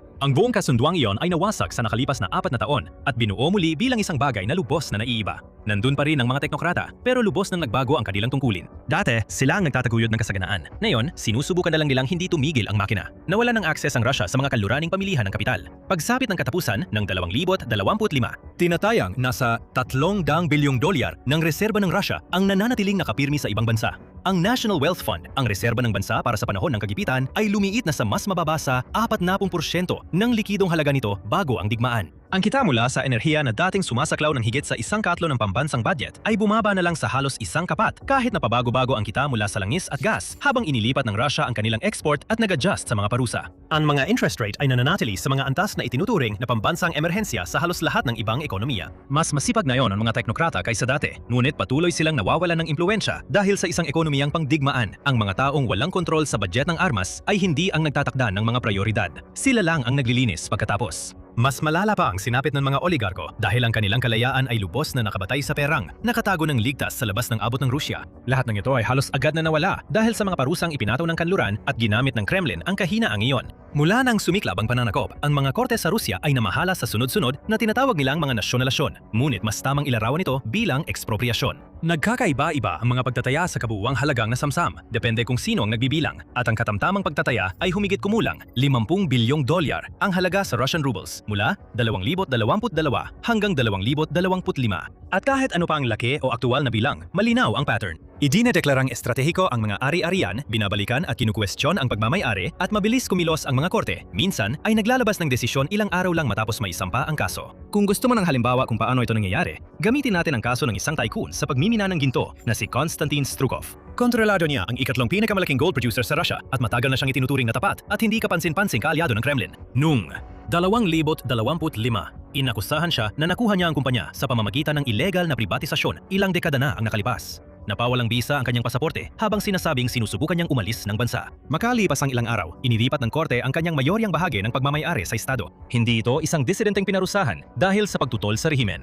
Isa itong opisyal sa rehiyon mula sa sariling partido ni Putin na natuklasan na ang katapatan sa papel ay hindi na garantiya ng kaligtasan. Ang naging resulta nito ay isang ibang uri ng ekonomiya sa itaas. Bago ang digmaan, ang Russia ay parang isang oligarkiya ng pribadong kapital kung saan ang malalaking negosyo ang nagsisilbing tagapamagitan sa pagitan ng Kremlin at ng pandaigdigang mga merkado. Ngayon, ang bagong uri ng mga loyalista ay may kayamanang direktang nakasalalay sa pagpapatuloy ng komprontasyon ng Russia sa kanluran. Ang pinakakinatatakutan nila ay ang pagbabalik ng dating may-ari, na ang ibig sabihin ang grupo ng mga taong sapat ang yaman para minsang itulak ang Russia tungo sa kompromiso ay napalitan na ng grupong ang buong kayamanan ay nakasalalay sa hindi kailanman pagkatapos ng tunggalian. At sino ang pumuno sa puwang na iniwan ng mga dating oligarko? Eksaktong mga grupo na inaasahan mong papalit. Patuloy na lumalaki ang mga ahensya ng seguridad na daragdagan ng mga bagong tauhan at kapangyarihan bawat taon, habang ang isang hiwalay na hukbong panloob na nakasentro sa National Guard ay lumawak na sa daan-daang libong mga sundalo. Direktang sumasagot kay Putin, isang puwersang ang tanging layunin ay protektahan ang rehimen mula sa sarili nitong mamamayan at hindi mula sa anumang panlabas na kaaway. At higit sa lahat, ang mismong complex militar-industrial na dati halos hindi gaanong mahalaga sa ekonomiya ng Russia ay masasabi ng naging pinakamakapangyarihang puwersang pang-ekonomiya sa bansa. Nag-eempleyo ng milyon-milyong tao, pinapaandar ang buong regional na ekonomiya at lumilika ng bagong uri ng mga elite na yumaman dahil sa digmaan na ang yaman ay nakasalalay sa patuloy na paglaki ng budget para sa depensa. Kaya ang mga taong may tunay na kapangyarihang pang-ekonomiya sa Russia ngayon ay hindi tahimik na nagtitiis sa digmaan bilang isang di kaaya-ayang kabayaran ng pagnenegosyo. Sa isang banda, sila mismo ang produkto ng digmaan. Ang kanilang katayuan, kayamanan at proteksyon laban sa pag-uusig ay lahat nakasalalay sa patuloy na pag-iral nito. At ang mga taong sana ay nakinabang sa kapayapaan, ang mga dating teknokrata at oligarko ay sistematikong inalisa ng impluensyang kailangan nila para tunay na maisulong ito, na nagdadala sa atin sa isang bagay na nag-uugnay sa lahat ng ito at nagtutulak dito lampas sa mga hangganan ng Rusya. Ano ang nangyayari sa ugnayan ng kalakalan ng Rusya at China? Ngayon, bago natin talakayin ito, siguraduhing mag-subscribe sa Military Show. Tinututukan namin ang ugnayan ng Rusya at China at ang umuunlad na heopolitika sa paligid nila ng mas detalyado sa aming mga video. Sa mga nakaraang taon, ang karaniwang kwento ay mas lalo pang nagiging malapit ang Rusya at China. Bumubuo ng isang uri ng anti-kanluraning alyansa kung saan pumapasok ang Beijing para bilhin ng langis at gas na ayaw na ng Europa. Bilang perpektong halimbawa, umabot sa record high ang kalakalan sa pagitan ng dalawang bansa noong 2024. Mahigit 237 bilyong dolyar, tumaas ng higit sa 25% kumpara sa nakaraang taon. Ang bahagi ng China sa mga energy export ng Rusya ay tumaas mula sa humigit kumulang 1/4 ng kabuuan bago ang digmaan, papalapit na ngayon sa 40%. Pero kung titignan natin ng mas malapitan ng ugnayang yan, makikita mo na hindi ito isang ugnayan ng magkakapantay. Pinapalitan lang ng Rusya ang isang pagdepende ng mas masakol pa. Ang bahagi ng fuel na inaangkat ng Rusya mula sa China ay bahagya lang tumaas kung ikukumpara. Ibig sabihin, halos isang direksyon lang ang pagdepende. Dahil dito, napakalaki ng kapangyarihan ng Beijing sa pagtukoy ng presyo. Umabot ng hanggang 18% ang diskwento sa krudong langis ng Rusya na ibinebenta sa China noong mga unang araw ng digmaan. Bumaba ito sandali, pero muli na namang tumataas kamakailan habang lalong humihigpit ang mga parusang ipinataw ng kanluran. Noon, 2026, bumibili ang China ng halos kalahati ng kabuwang iniluluwas na krudong langis ng Rusya, bukod pa sa pagiging pangunahing mamimili ng iba pang iniluluwas tulad ng gas, mga produktong langis at maging ng uling. Ginagamit ng Sina ang posisyon yon para makipagtawaran ng mahigpit. Mas pinipili ang mga flexible na panandaliang kontrata kaysa sa mga pangmatagalang kasunduan na magbibigay sana ng katiyakang pinansyal sa Moscow. Ang pinakamalinaw na simbolo ng hindi pagkakapantay-pantay na ito ay isang pipeline na palaging parang mangyayari na pero hindi naman talaga natutuloy. Ang Power of Siberia 2 ay pinag-uusapan na sa loob ng maraming taon bilang susunod na malaking daluyan ng gas ng Russia papuntang silangan, ang proyektong magpapatibay sana sa pagtalikod ng Russia sa Europa. At kahit na matapos ang isang mataas na antas na pagbisita sa Beijing noong Mayo 2026, hindi pa rin nagawang tiyakin ni Putin ang matibay na kasunduan. Inilarawan ng mga analyst na sumusubaybay sa usapan na sinasadya ng China na paghintayin ng Moscow gamit ang posibilidad ng American Liquefied Natural Gas bilang panabla sa negosasyon para mapababa pa ang presyo. Dahil may mahalagang pasubali at iyon ay hindi naman talaga kailangan ng Beijing ang gas mula sa Russia mismo. Kailangan nito ay murang enerhiya at marami pa itong ibang pagpipilian. Ang Russia naman, sa kabilang banda, ay wala ng ibang mapagbentahan ng gas na kasing laki ng dami na kailangan nito. Napakahalaga nito para sa digmaan dahil ang buwis mula sa enerhiya ay bumubuo pa rin ng halos ikalimang bahagi ng federal na budget ng Russia. Ibig sabihin, tuwing magpapasya ang Sina na bumili ng kaunti lang o humingi ng mas malaking diskwento, hindi lang nito inaayos ang balanse ng kalakalan, kundi hinigpitan o niluluwagan din nito ang isa sa mga pangunahing pinagmumulan ng pondo na nagpapatuloy sa digmaan. At hindi lang ekonomiya ng Russia at mga alyansa ng Russia ang nabago sa mga paraang magtatagal lampas sa digmaang ito. Ganon din, sa kabilang panig ng labanan ay may katulad na pagbabago. Dito sa Europa, may nangyaring kakaunti lang ang makakapag-akala bago ang 2022. Nagkaroon ng istruktural at napakamahal na muling pagpapalakas ng sandatahang lakas sa antas na hindi nakita mula pa noong Cold War. Ang pinagsamang paggastos ng European Union sa depensa ay tumaas ng mahigit 75% mula 2021 hanggang 2025. Sa 2025 lamang nagsimula ng maabot o lampasan ng mga bansang Europeo na kasapi sa nito ang dating target ng alyansa na 2% ng GDP. At ang target na yon ay napalitan na rin. Ang mas bagong pamantayan ng NATO na formal na tinanggap sa mga summit noong 2026 ay nagtutulak patungo sa 5%. At ang usapan ngayon sa mga pamahalaan ng Europa ay hindi na kung dapat panatilihin ang paggastos sa antas na ito. Ang tanong ay paano ito mapapanatili sa loob ng maraming taon, marahil mga dekada. Karamihan ay tinanggap na ang pangakong Hague noong Hunyo 2026. Itinatakda ang paggastos sa 3.5% para sa pambansang depensa at dagdag pang 1.5% para sa mas malawak na infrastruktura na magsisilbi sa pambansang depensa, pati na rin sa konektibidad ng NATO. Ngunit ang paglikom ng pondo at ang aktual na pagpapatatag ng kakayahang militar ay dalawang magkaibang problema. Sa kabila ng mga taong may record record na paggastos, isang kamakailang pagsusuri sa datos ng pagbili ng alyansa ang nakatuklas na ang mga inventaryo ng kagamitan ng Europa ay mas mababa pa rin kaysa noong 2021. Bilyon-bilyon ang napunta sa mga donasyon para sa Ukraine, mga bagong kontrata at mga emergency na linya ng produksyon. Ngunit lumiit pa rin ang pinagsamang inventaryo. Kahit ang sariling target ng NATO para sa produksyon ng artilyereya sa 2026, kahit ito ay ganap na makamit, ay makakamit lamang ang halos pagkakapantay sa sariling produksyon ng bala ng Russia. Bago mo pa isama ang karagdagan supply na nakukuha ng Russia mula sa Hilagang Korea. Ang pagkakapantay ay hindi nakakapigil, halos pagsabay lang ito. Kasabay nito, unti-unti nang tinatapos ng Europa ang ugnayan nito sa enerhiya kasama ang Russia. Ang gas mula sa Russia ay bumubuo ng halos 45% ng pipeline at LNG imports ng European Union bago ang digmaan. Pagsapit ng 2025, bumaba ito sa mga 12%. Noon, 2026, dahil sa kaguluhang pampulitika sa gitnang silangan, nag-ingat ang Europa at pinanatili ang pag-aangkat mula sa Russia sa humigit kumulang 10 hanggang 13%. Mas mahalaga, ang mga bagong regulasyon na ipinasa noong unang bahagi ng 2026 ay nagtakda ng tiyak na petsa ng pagtatapos, kung saan unti-unting aalisin ang natitirang Russian LNG bago matapos ang 2026.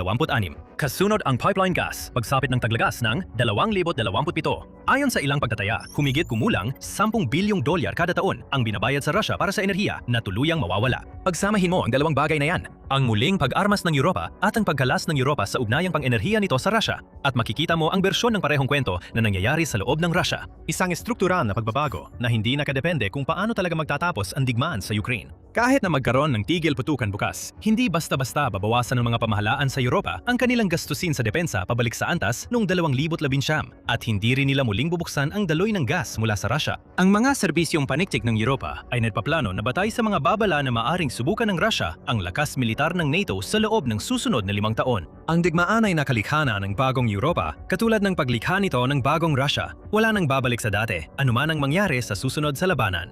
Hindi ibig sabihin nito na hindi mahalaga ang mismong labanan. Maraming tao ang namamatay at ang nangyayari sa labanan ang nagtatakda kung gaano kalaki ang kapangyarihan ng bawat isa sa negosasyon. Pero ibig sabihin nito na ang tanong na laging tinatanong ng lahat, gaano pa katagal kayang ipagpatuloy ni Putin ito, ay hindi tama ang tinutumbok. Ang mas tapat na tanong ay kung makaliligtas ba ang Russia ni Putin sa mismong pagtigil ng digmaan. Dahil sa puntong ito, ang digmaan ay hindi na lang basta ginagawa ng Russia, kundi ito na mismo ang naging pundasyon ng muling pagbuo ng Russia. At ang mismong sistema ay dahan-dahan, ngunit siguradong bumabagsak. Ngayon, hindi tiyak kung anong lilitaw mula sa mga abo ng Pederasyong Ruso. Para matuto pa, panoorin ang video na ito. At siguraduhin nakasubscribe ka sa Military Show para sa araw-araw na mga video tungkol sa lahat ng mahahalagang issue sa pandaigdigang politika.